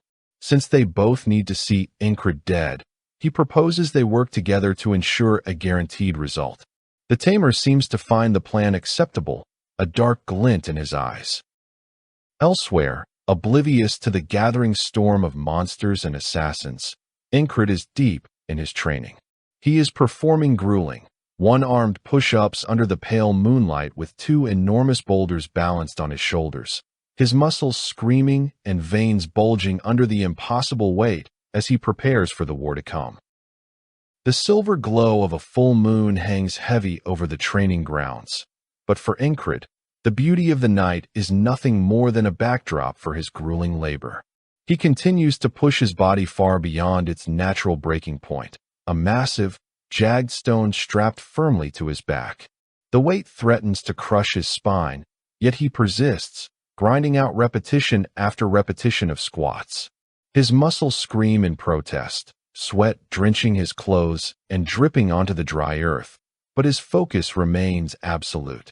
In the silence of the late hour, the only sound is his ragged breathing and the rhythmic thud of his feet hitting the ground. Suddenly, a voice breaks his concentration, noting how intensely he has been dedicating himself to his training as of late. Incred stops mid-squat, the heavy stone shifting on his shoulders as he turns to see Auden standing there, watching him with an unreadable expression. Auden remarks that today's work should have ended hours ago and looks at the young warrior with a mixture of respect and curiosity. He asks what the commander thinks about taking a break. Instead of more training, he suggests that Incred join him on a night patrol to relax and clear his head. Incred remains silent for a moment, observing Auden's calm demeanor, before finally deciding to set the stone down and accompany him into the cool night air. The two men begin their walk along the high perimeter of the castle walls. The rhythmic clank of their armor provides a steady beat as they look out over the sleeping landscape. During their patrol, they encounter two other soldiers on duty.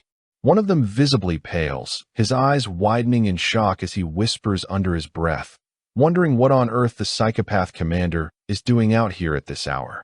Incred overheads the remark, but remains unfazed, telling the men not to worry. He explains that this is merely an informal patrol, admitting that it has been quite some time since he allowed himself the luxury of a simple walk like this. Auden chimes in, reminding Incred that he has been promoted to captain and has officially been exempted from all standard duties and manual labor. Incred shrugs, admitting that such a special treatment wasn't strictly necessary, but the commander had been adamant about the promotion. Auden doesn't let the subject drop so easily, pointing out that despite the lack of official duties, Incred is never truly resting.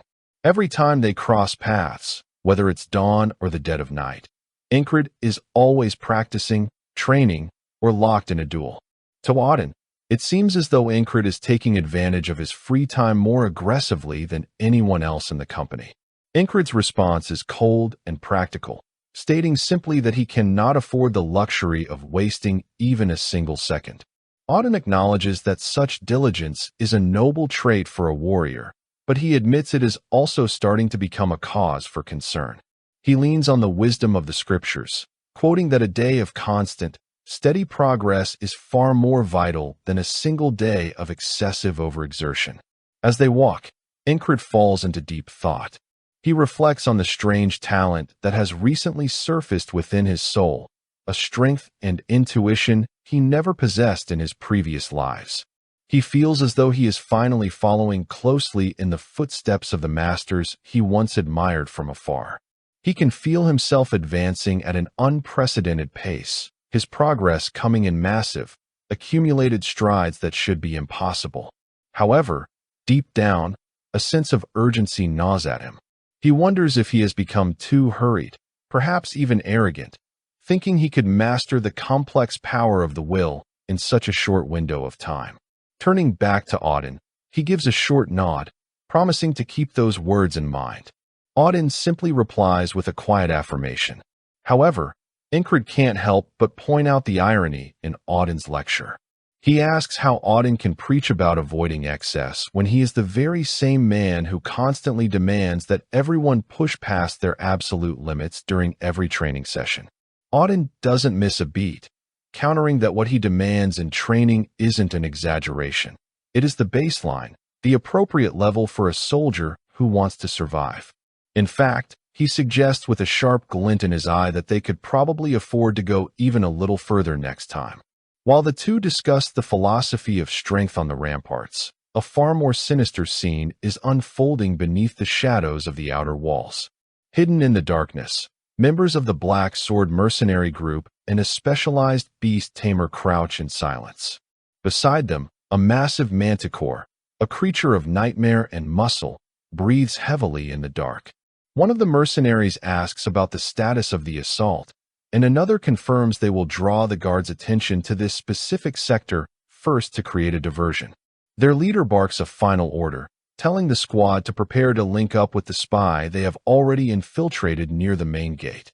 The beast tamer leans down and whispers to his monstrous companion, telling the manticore to go and unleash chaos to its heart's content. The rabid beast doesn't need to be told twice. It begins to scale the vertical stone wall with terrifying agility, its claws digging deep into the masonry. On the walkway above, the patrolling guards hear a strange, scratching noise coming from below. They lean over the edge, only to find the monstrous face of the manticore staring back at them. The beast lets out a deafening, blood-curdling roar that echoes through the night air. The sheer primal terror of the sound nearly causes the two soldiers to have a heart attack. Their legs give out, and they collapse to the stone floor in a state of absolute paralysis. Both Auden and Ingrid hear the roar from their position and immediately spin toward the source of the noise. The manticore hauls itself over the battlements and lunges toward the two fallen soldiers, who can do nothing but tremble and weep in fear. One of them can barely find his voice, whispering a desperate plea for reinforcements. The other looks at the creature's size and power with wide, shocked eyes, realizing they are facing a high-level monster, the kind of threat that requires an entire combat company to neutralize. Just as the manticore opens its maw to devour the first soldier, a blur of movement streaks across the wall. Auden moves with a speed that defies his massive frame, appearing instantly above the beast's head. He winds up a devastating blow, channeling his immense physical power into his fists, and slams them both down directly onto the creature's skull. The force of the impact is cataclysmic, saving the two soldiers in the nick of time. The strike is so powerful that the manticore's head is driven into the stone, and it begins to bleed profusely. However, the liquid pooling on the floor isn't the standard red of a living creature. It is a dark, viscous blue. The sheer pressure of Auden's fist shatters the beast's teeth, sending fragments flying across the walkway. Auden stands over the dazed creature, noting that the oversized cat is making far too much noise for this hour. With a smile that looks more terrifying than the monster he just struck, he remarks that it is only polite to speak in a lower voice during the night. Below the walls, the remaining Black Sword members hear the impact and the cessation of the roar. They look up and are horrified to see the silhouette of a man standing over their prize beast. One of the mercenaries wonders what kind of monster they are dealing with, asking if the figure above is actually a bear in human form.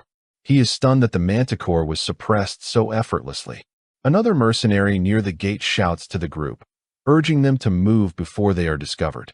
He screams for the gate to be opened immediately.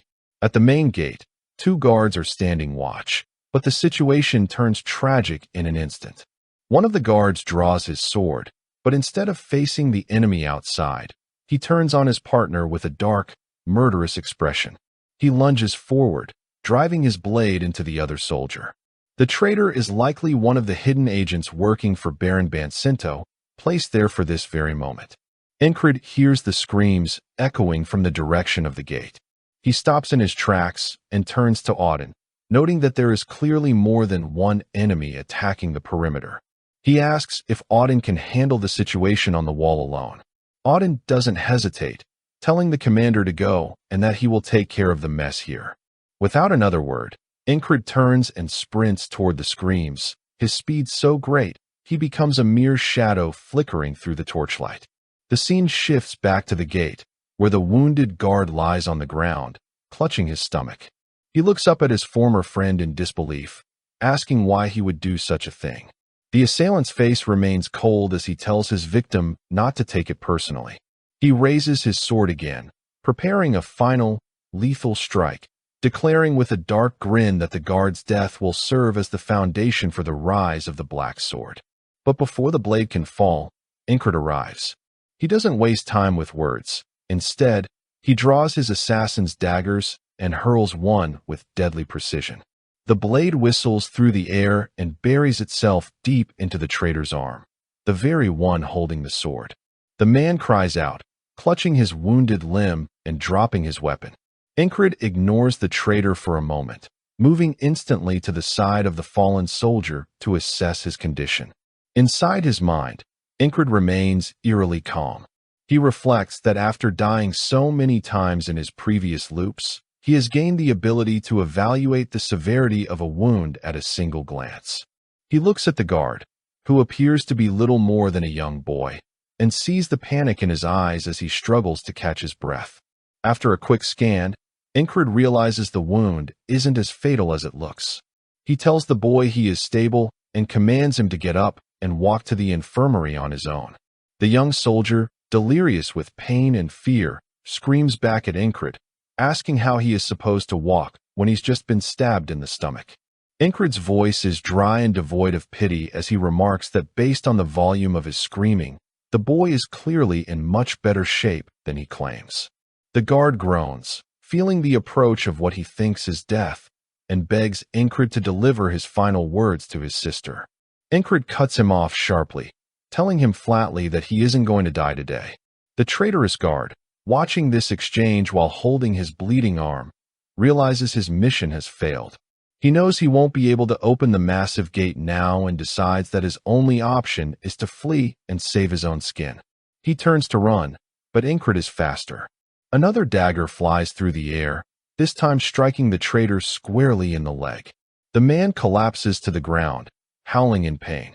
Incred turns back to the wounded boy and tells him that if he really can't move, the least he can do is keep his eyes on the traitor to make sure he doesn't crawl away. Incred then approaches the heavy wooden doors of the gate. He closes his eyes for a second, sensing the air and the vibrations from the other side. He estimates there are about 10 people waiting just beyond the threshold. He realizes the traitor's goal was to open this gate and let the main force inside. He reasons that even if this gate remains locked, an enemy this organized will eventually find another way in. To prevent a prolonged siege or a surprise breach elsewhere, Incred decides that it is better to take the fight to them. He unlatches the gate and opens it just a crack. Outside, the Blacksword mercenaries see the movement and cheer, thinking their spy has finally succeeded in opening the way. But as the door swings open further, they aren't met by their ally. Instead, they see Incred stepping out into the moonlight, his sword drawn and his eyes cold. He steps through and firmly shuts the gate behind him, locking himself outside with the enemy force. He stands alone, pointing his blade at the group of 10 men. The mercenaries freeze as they recognize the man standing before them. They realize with a mix of shock and predatory excitement that their primary target has walked right out to them on his own 2 legs. They begin to fan out, preparing their weapons to swarm him. Incred is genuinely surprised that they seem to know exactly who he is. He scans the group, noting that every single one of them appears to be a highly skilled combatant.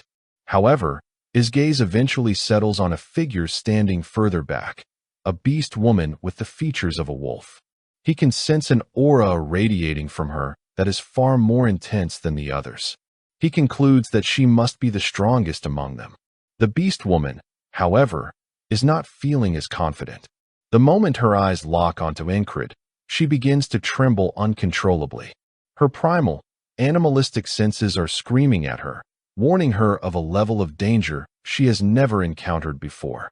She breaks out into a cold sweat as her sensitive nose picks up a scent that her instincts recognize immediately. To her, Incred doesn't smell like a human.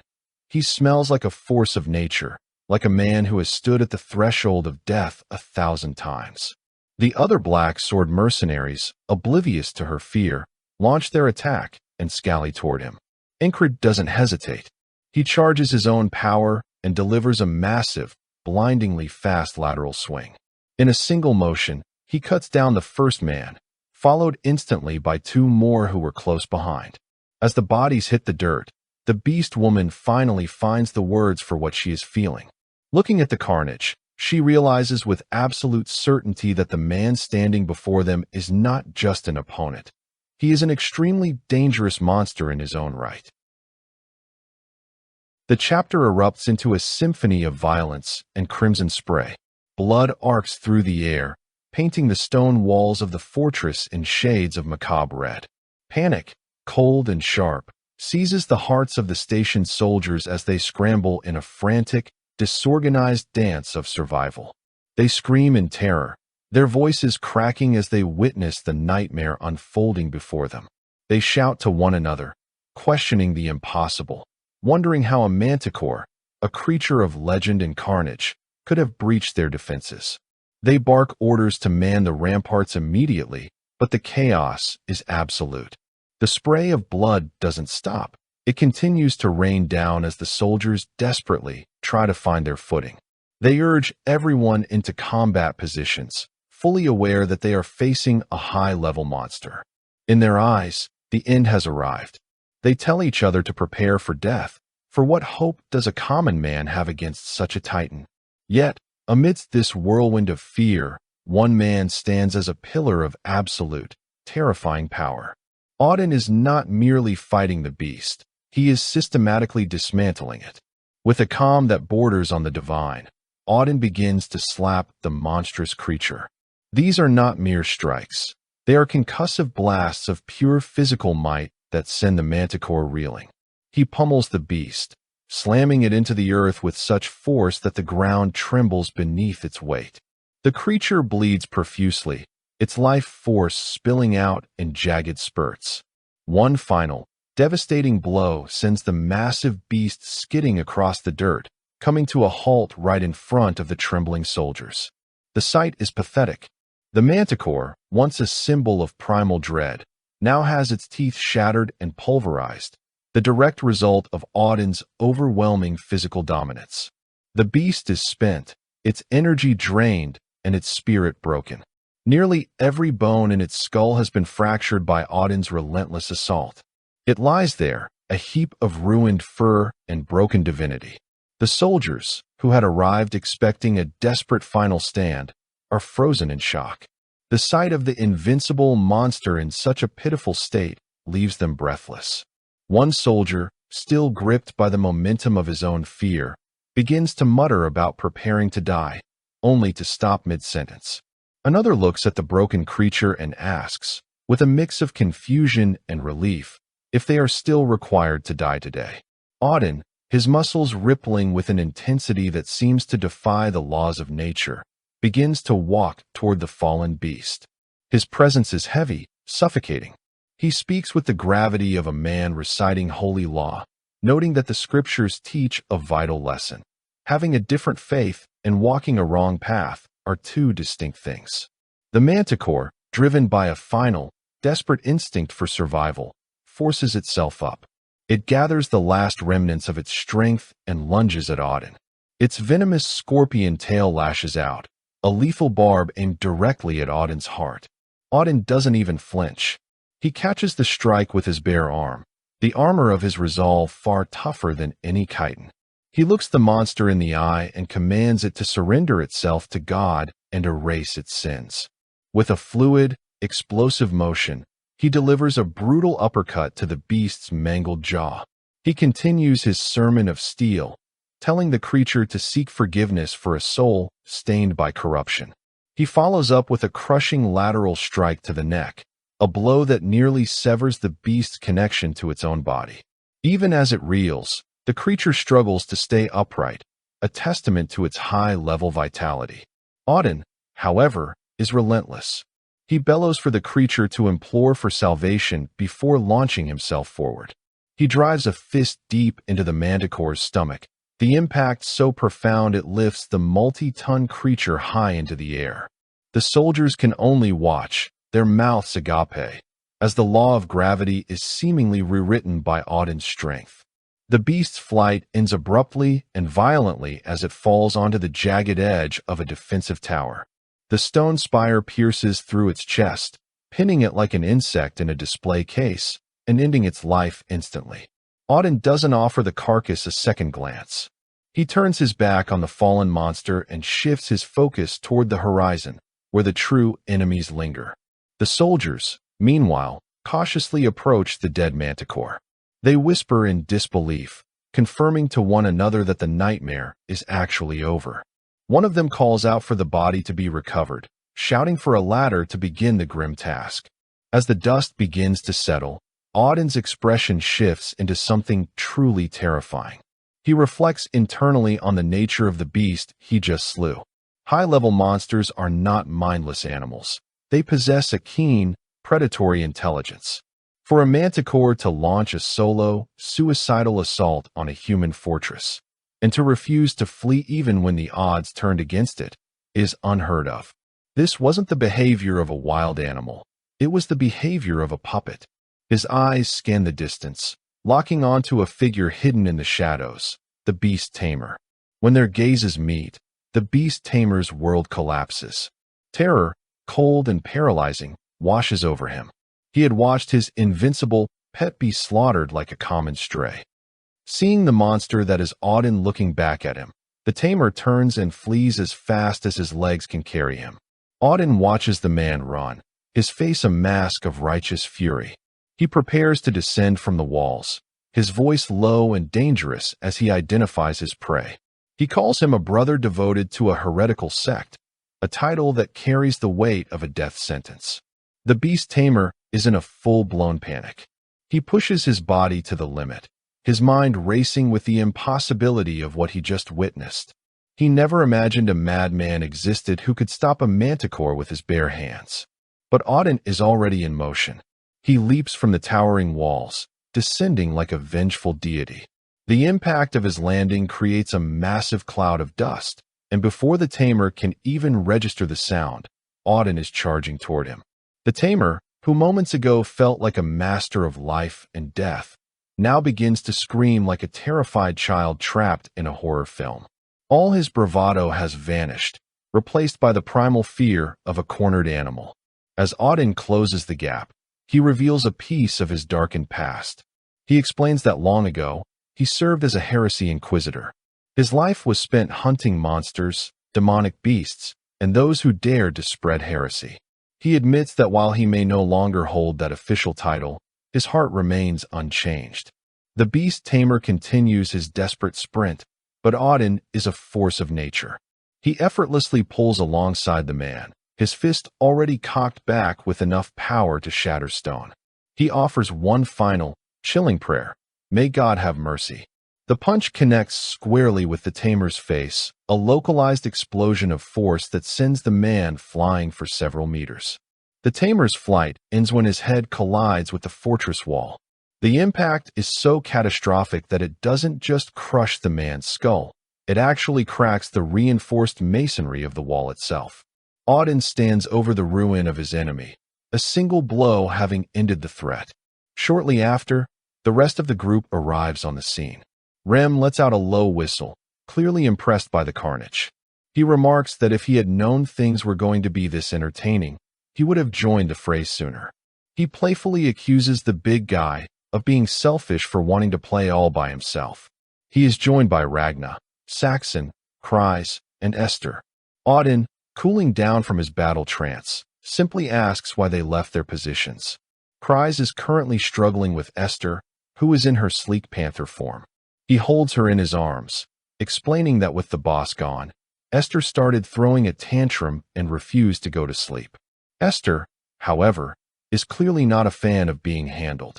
She begins to lash out, her paws raining down a barrage of scratches on Kreis' head.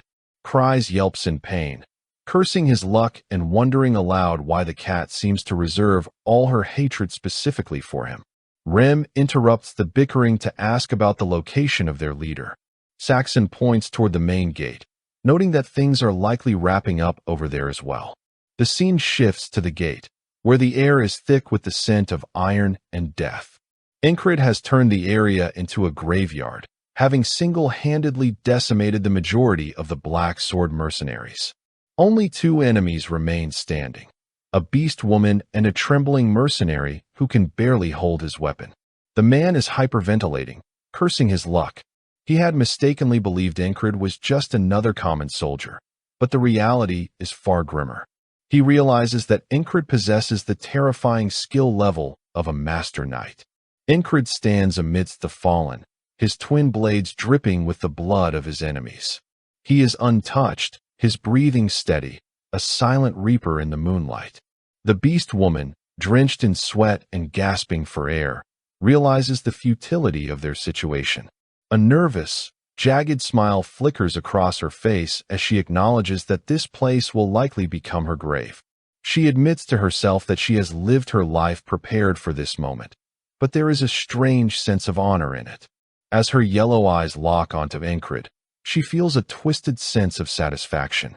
If she must fall, she thinks, let it be at the hands of someone this skilled, someone with such a commanding presence.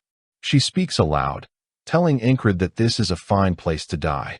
The mercenary beside her is horrified, asking what kind of nonsense she's spouting. In response, She delivers a sharp elbow to his ribs, sending him sprawling to the ground in a bloody heap. She has no time for cowards. She turns back to Ingrid, her eyes burning with a newfound intensity. She tells him it's time to fight for real. As she begins to tap into her primal reserves, her body undergoes a violent transformation. She begins to shift into a true beast, her frame expanding and her muscles bulging. Ingrid watches the metamorphosis with a clinical eye. He begins to explain the fundamental difference between bestial monsters, like werewolves, and true beast men. He notes that when a creature has the appearance of an animal but possesses human characteristics, it is classified as a monster. However, if the form is primarily human but retains animal traits, it is a beast man. He continues his lecture as the woman's transformation reaches its peak. He explains that beast men have a wild core within them that can cause their fangs to grow, their fur to lengthen, and their appearance to shift slightly when provoked. But he admits, with a hint of genuine surprise, that he has never seen a beast man capable of transforming to this extreme degree. The woman has become massive, a towering wall of muscle and predatory intent. She lets out a low, guttural roar, telling Ingrid that she isn't surprised he's never seen anyone like her, because she's never encountered another of her kind either. With a burst of speed that belies her new size, she lunges at Ingrid. Her sword whistles through the air in a powerful lateral arc. She declares that even though she has accepted her death, she will not simply hand her life over. She will make him earn it. Ingrid doesn't give an inch. He meets her charge head-on, his blades clashing against hers in a shower of sparks. They exchange a flurry of blows, a high-speed dance of steel and fur. Despite her increased strength, Ingrid's precision is superior. He finds a split-second opening and slashes her hand, forcing her to lose her grip on her weapon. As her sword clatters to the ground, she doesn't surrender. She tenses her entire body, preparing for a final, desperate strike. Internally, her resolve is absolute. She vows to fight until the very end, determined to earn a death that is worthy of a warrior. The night air is thick with the scent of iron and damp earth as the battle reaches a fever pitch. The beast woman lunges with primal desperation, her body a blur of fur and muscle as she swings a lethal paw toward Ingrid. The razor-sharp claws find their mark, shredding the fabric of his tunic across his chest. Ingrid shifts his center of gravity at the last moment, retreating just enough that the talons only graze his skin. Without pause, the beast woman pulls back and charges a headbutt directly at his skull.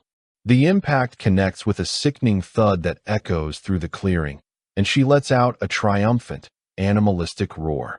Yet the roar dies in her throat. Ingrid stands perfectly still, his expression cold and his stance unwavering. Before she can process her failure, he counters with a lightning-fast knee to her solar plexus, folding her in half and stealing the breath from her lungs. As he readies his next move, he recognizes the technique she used, the mercenary sword style of Valen, specifically the move known as the headbutt. He immediately targets her head in a powerful counterattack, but she senses the danger and ducks low with animalistic grace, narrowly avoiding the lethal arc of his blade. Still crouched, she gathers the explosive power in her legs and lunges upward in a sudden vertical burst. Ingrid waits for her, his calm demeanor bordering on the supernatural. He notes the chaotic synergy of her style, refined martial techniques fused with raw, savage, beastly movements, the reckless abandon of a warrior who has already made peace with death. As she strikes, his movements are a masterpiece of efficiency. He evades by a hair's breadth and launches a punishing counter, his sword carving deep into her arm and sending a spray of crimson across the grass. The beast woman staggers, her breath ragged, pushed into a corner. In a final show of defiance, she bares her yellowed fangs and unleashes a piercing scream. Ingrid seizes the opening and delivers a crushing elbow to her chin, snapping her jaw shut and cutting off the cry mid-breath. She recoils, head spinning, stumbling backward. Ingrid presses his advantage, stepping forward as he prepares to strike again. He catches a glimpse of her eyes, and is momentarily struck by the sheer desperation reflected in them. She tries one last frantic strike to keep him at bay, but he is several steps ahead. He parries her sword with a sharp metallic clang, simultaneously drawing and charging his second blade. In that moment of impending doom, the woman calls out internally to Crimheart, the sole deity of the beast men, the god who governs the cycles of past lives and the sacred act of reproduction. As Incred leaps toward her with a powerful overhead arc, she harnesses a burst of adrenaline, drops her center of gravity, and leaps high into the air, narrowly escaping the descending steel. In midair, she resolves that if she must fall, she will die as a warrior. Descending like a bird of prey, she aims at Incred's head, but he raises his shoulder and deflects the blow as if it were a nuisance. She roars again, unsheathing her claws and aiming for his face with everything she has left. Incred catches the strike on the edge of his blade, the steel groaning under the pressure. To her, this is no longer just a fight. It is a ritual of passage. She believes that a beast man who falls as a warrior in the eternal whirlwind of battle will be reborn to serve forever as the Sword of Crimheart. She charges again, fully prepared to meet her end in a blaze of glory. But Incred has no intention of granting her a warrior's death. Instead of a lethal cut, he strikes her across the temple with the heavy pommel of his sword. The impact is staggering, nearly shattering her consciousness. She falls, her weapon slipping from numbed fingers as blood masks her vision. As she collapses onto the cold earth, her internal voice becomes a whisper, asking Crimheart if she is finally allowed to go to his side. Lying in the dirt, she reflects on the profound tragedy of her existence.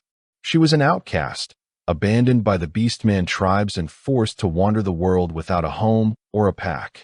She had tried to prove her worth through the only language the world understood, the sword, becoming a mercenary, but even that path led to nothing but failure. A single heavy tear escapes her eye, tracing a path through the grime on her face. A spark of pure malice reignites within her. She gathers her remaining strength and tries to strike Incred one last time, but he evades her with effortless grace. Her thoughts spiral into dark regret. She hasn't even known the joy of motherhood or the warmth of a family. She lunges again, her ferocity now that of a cornered, dying animal. Incred prepares a final overhead strike, his blade poised to end her suffering. But as his sword begins its descent, he stops. She has stopped fighting. The fire has left her. His blade halts a mere few centimeters from her neck, the cold steel reflecting her broken form. She falls to her knees, struggling to breathe, as Incred points his sword at her throat. Overwhelmed by the weight of her life, she begins to sob. After a long silence, Incred speaks. He asks her if she wants to live. She looks up at him, eyes red and streaming, unable to find the words. A voice cuts through the tension from behind. Rem and the rest of the squad emerge from the shadows. Rem walks over and leans down to inspect the woman with undisguised disgust, wondering aloud whether they're looking at a monster or a beast man. Auden confirms she is indeed a beast man, detecting no lingering dark energy. Kryze hides behind Incred's broad frame and timidly asks where the woman came from. Rem, irritated by her silence, taunts her, mocking her tears and her strange appearance. The beast woman's grief turns to rage. She glares at Rem and calls him a bastard. Rem doesn't take kindly to the outburst and drives an elbow into her face, silencing her. Incred steps in immediately, sternly ordering Rem to stop. He turns to his men and reminds them that these attackers were part of the elite border guard, fighters of a special level or higher. If they want to uncover the mastermind behind the assault, they need at least one survivor to question. He turns back to the beast woman and commands her to tell them everything she knows. She continues to cry, but the realization sinks in that she has only prolonged her life a little while longer. The beastly tension leaves her body as she reverts to her human form, her features softening as she submissively holds out her hands to be bound. Incred watches the guards lead her away before deciding it's time to move on. As they prepare to leave, Esther arrives. Ragna gestures toward Esther, grumbling that the animal had only caused a scene because the captain wasn't around. He tells Esther she can finally go back to sleep. Incred places a comforting hand on Esther's head and tells her to go inside. He has a full report to deliver to the battalion commander. The scene shifts to the commander's quarters. The commander is visibly impressed that they repelled the invaders so effectively in the dead of night. Incred confirms the account and mentions the prisoner awaiting interrogation. The commander, however, waves the detail aside. He already knows this was the work of half-Baron Bancento. He had long suspected the man was plotting something, though the Baron had shown his hand earlier than anticipated. A thin, satisfied smile plays on the commander's lips. He praises Incred, calling him his crazy captain, and notes that thanks to this incident, they now have the perfect pretext to finally eliminate that troublesome man. Incred realizes the commander had been playing a far deeper game all along, and that the situation will resolve itself quickly. As he takes his leave, his thoughts linger one last time on the final fate of the beast woman. After the high-stakes confrontation with the general, Incred finally retreats to the dormitory, his footsteps echoing through the quiet halls. Inside, the air is thick with the scent of old iron and the heavy, stagnant exhaustion of soldiers who have reached their breaking point. Rem looks up from his bunk, his voice strained as he asks if the report is finally complete. Incred gives a weary nod of confirmation. Rem collapses back into his thin mattress, declaring that it is enough for one night, and that they should all simply surrender to sleep. Incred hesitates, his mind still buzzing with tactical failures and the frantic rhythm of the blades. He protests, insisting that they still need to sit down and review the nuances of the battle to ensure they aren't caught off guard again. But Ragna, his patience worn to a fraying thread, interjects with a sharp growl. He snaps that the captain's obsessive nature has already robbed him of any chance of rest, and demands the lights be extinguished immediately. Incred tries to justify himself, arguing the attack wasn't his fault, but the heavy, oppressive silence of the room eventually forces him to yield. As he lies down, the dormitory is instantly filled with the discordant symphony of his comrades snoring. Incred stares into the darkness, his heart still hammering against his ribs like a trapped bird. He realizes there is no switch to turn off his mind. Even while lying still, the desperate need to analyze and improve consumes him. He closes his eyes, whispering a silent vow that he must do this for their survival. Suddenly, the others are standing over him again. Rem asks if he has already managed to fall asleep, while Auden, the voice of grounded reason, tells him he must master the art of resting when the world allows it. Ragna just mutters that he is a goddamn training maniac. In the corner, Esther watches him with an unreadable, piercing expression, her gaze lingering on his restless form until he finally slips into the deep abyss of sleep. Incred finds himself standing in the center of his own fractured subconscious, a boundless, silent arena bathed in a surreal light. He is back in the heat of the struggle against the beast woman, replaying her fluid strikes and her desperate, flexible responses in slow motion. He notes that she fought like someone seeking a violent end, yet in her final moments, she wept with a primal, heartbreaking desire to live. Suddenly, he is surrounded by a dozen spectral copies of her, all snarling with the same tragic intensity. Incred wonders how the world would have shifted if he had answered her blade differently. Driven by a hunger to transcend his own limits, he declares to the void that he wants to fight more, to test every ounce of his burgeoning strength. The phantoms lunge as one, a whirlwind of steel and fur. Incred charges back, his spirit ablaze with the fire of the battlefield. But just as the first blade is about to pierce his skin, the copies begin to dissolve into a mist of shadow and light. Incred looks around, bewildered by the sudden shift, only to find Esther standing before him in her human form. She has breached his mind with her ancient magic, asking him if he has truly become so far gone that he trains even in the sanctuary of his dreams. Incred is stunned, recognizing her and asking if this is her true, original appearance. Esther says nothing, allowing a heavy, meaningful silence to stretch between them for several long seconds. The quiet is broken by the guttural screams of more beast woman echoes launching a fresh, coordinated assault. With a casual, almost bored snap of her fingers, Esther pulverizes the attackers into a soft, shimmering blizzard of flower petals.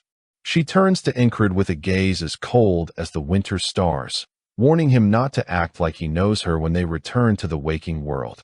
As she departs, her form flickering like a dying candle, Incred watches her fade, thinking to himself that she was the one who trespassed into his mind without an invitation. Dawn breaks over the frontier camp in shades of bruised purple and gold, the first light hitting the frost on the tents. Esther is still sleeping soundly, letting out a soft, animalistic roar that betrays her hidden, wild nature. Cries, ever the early riser and opportunistic mind, opens the dormitory door to find Incred already sitting up, staring at his hands. He notes that the captain is finally awake.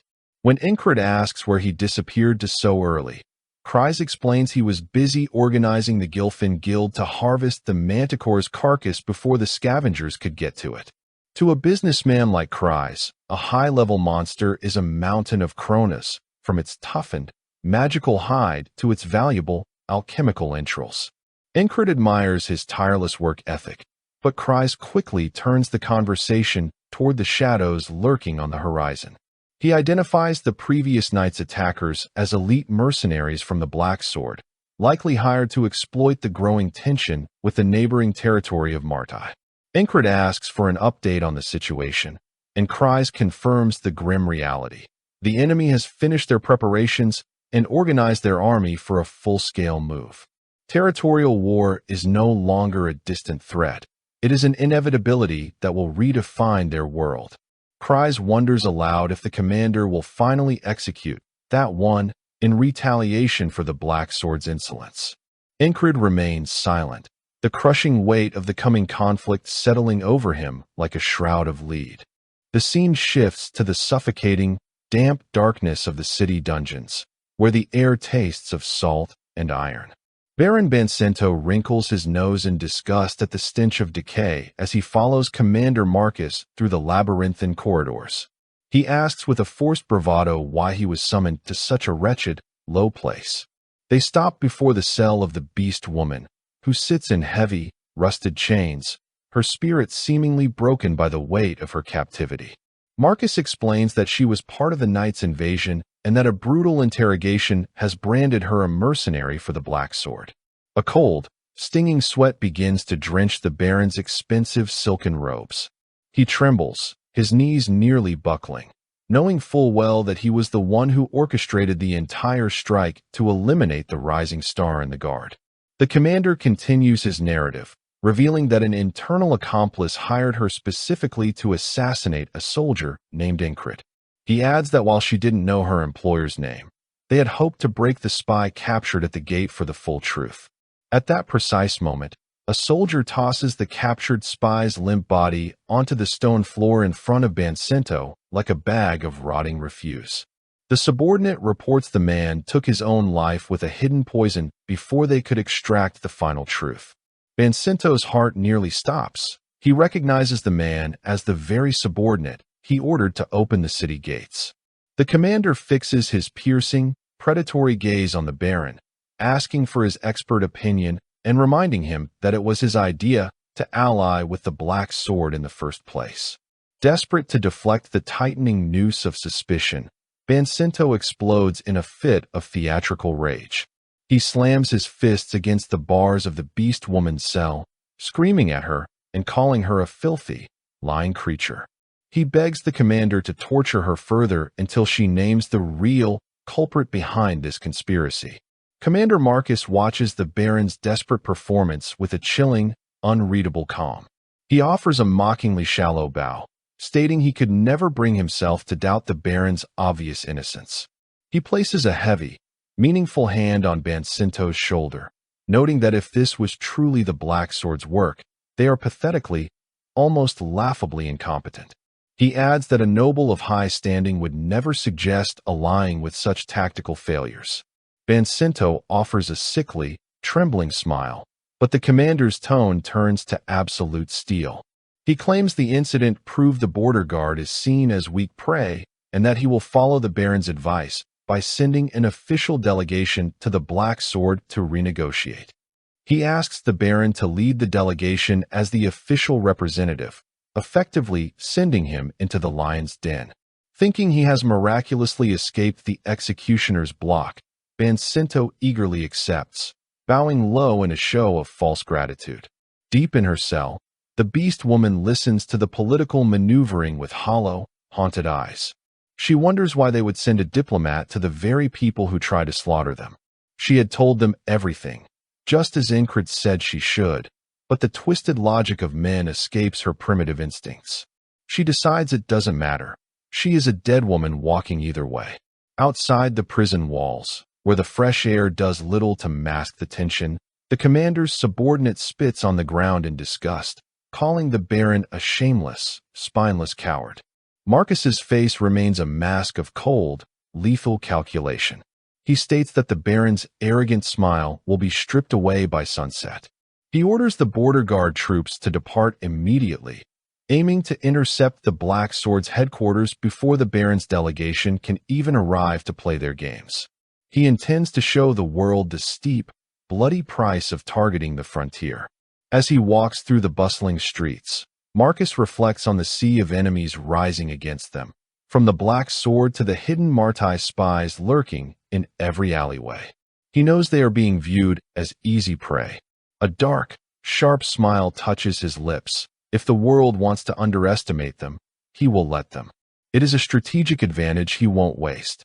While the enemies focus on the front lines and the political puppets, he will keep his true hidden ace, Incred, cloaked in the shadows until the perfect moment to strike. If you enjoyed the video, give it a like, subscribe to the channel, and hit the bell so you don't miss the next episode. Bye.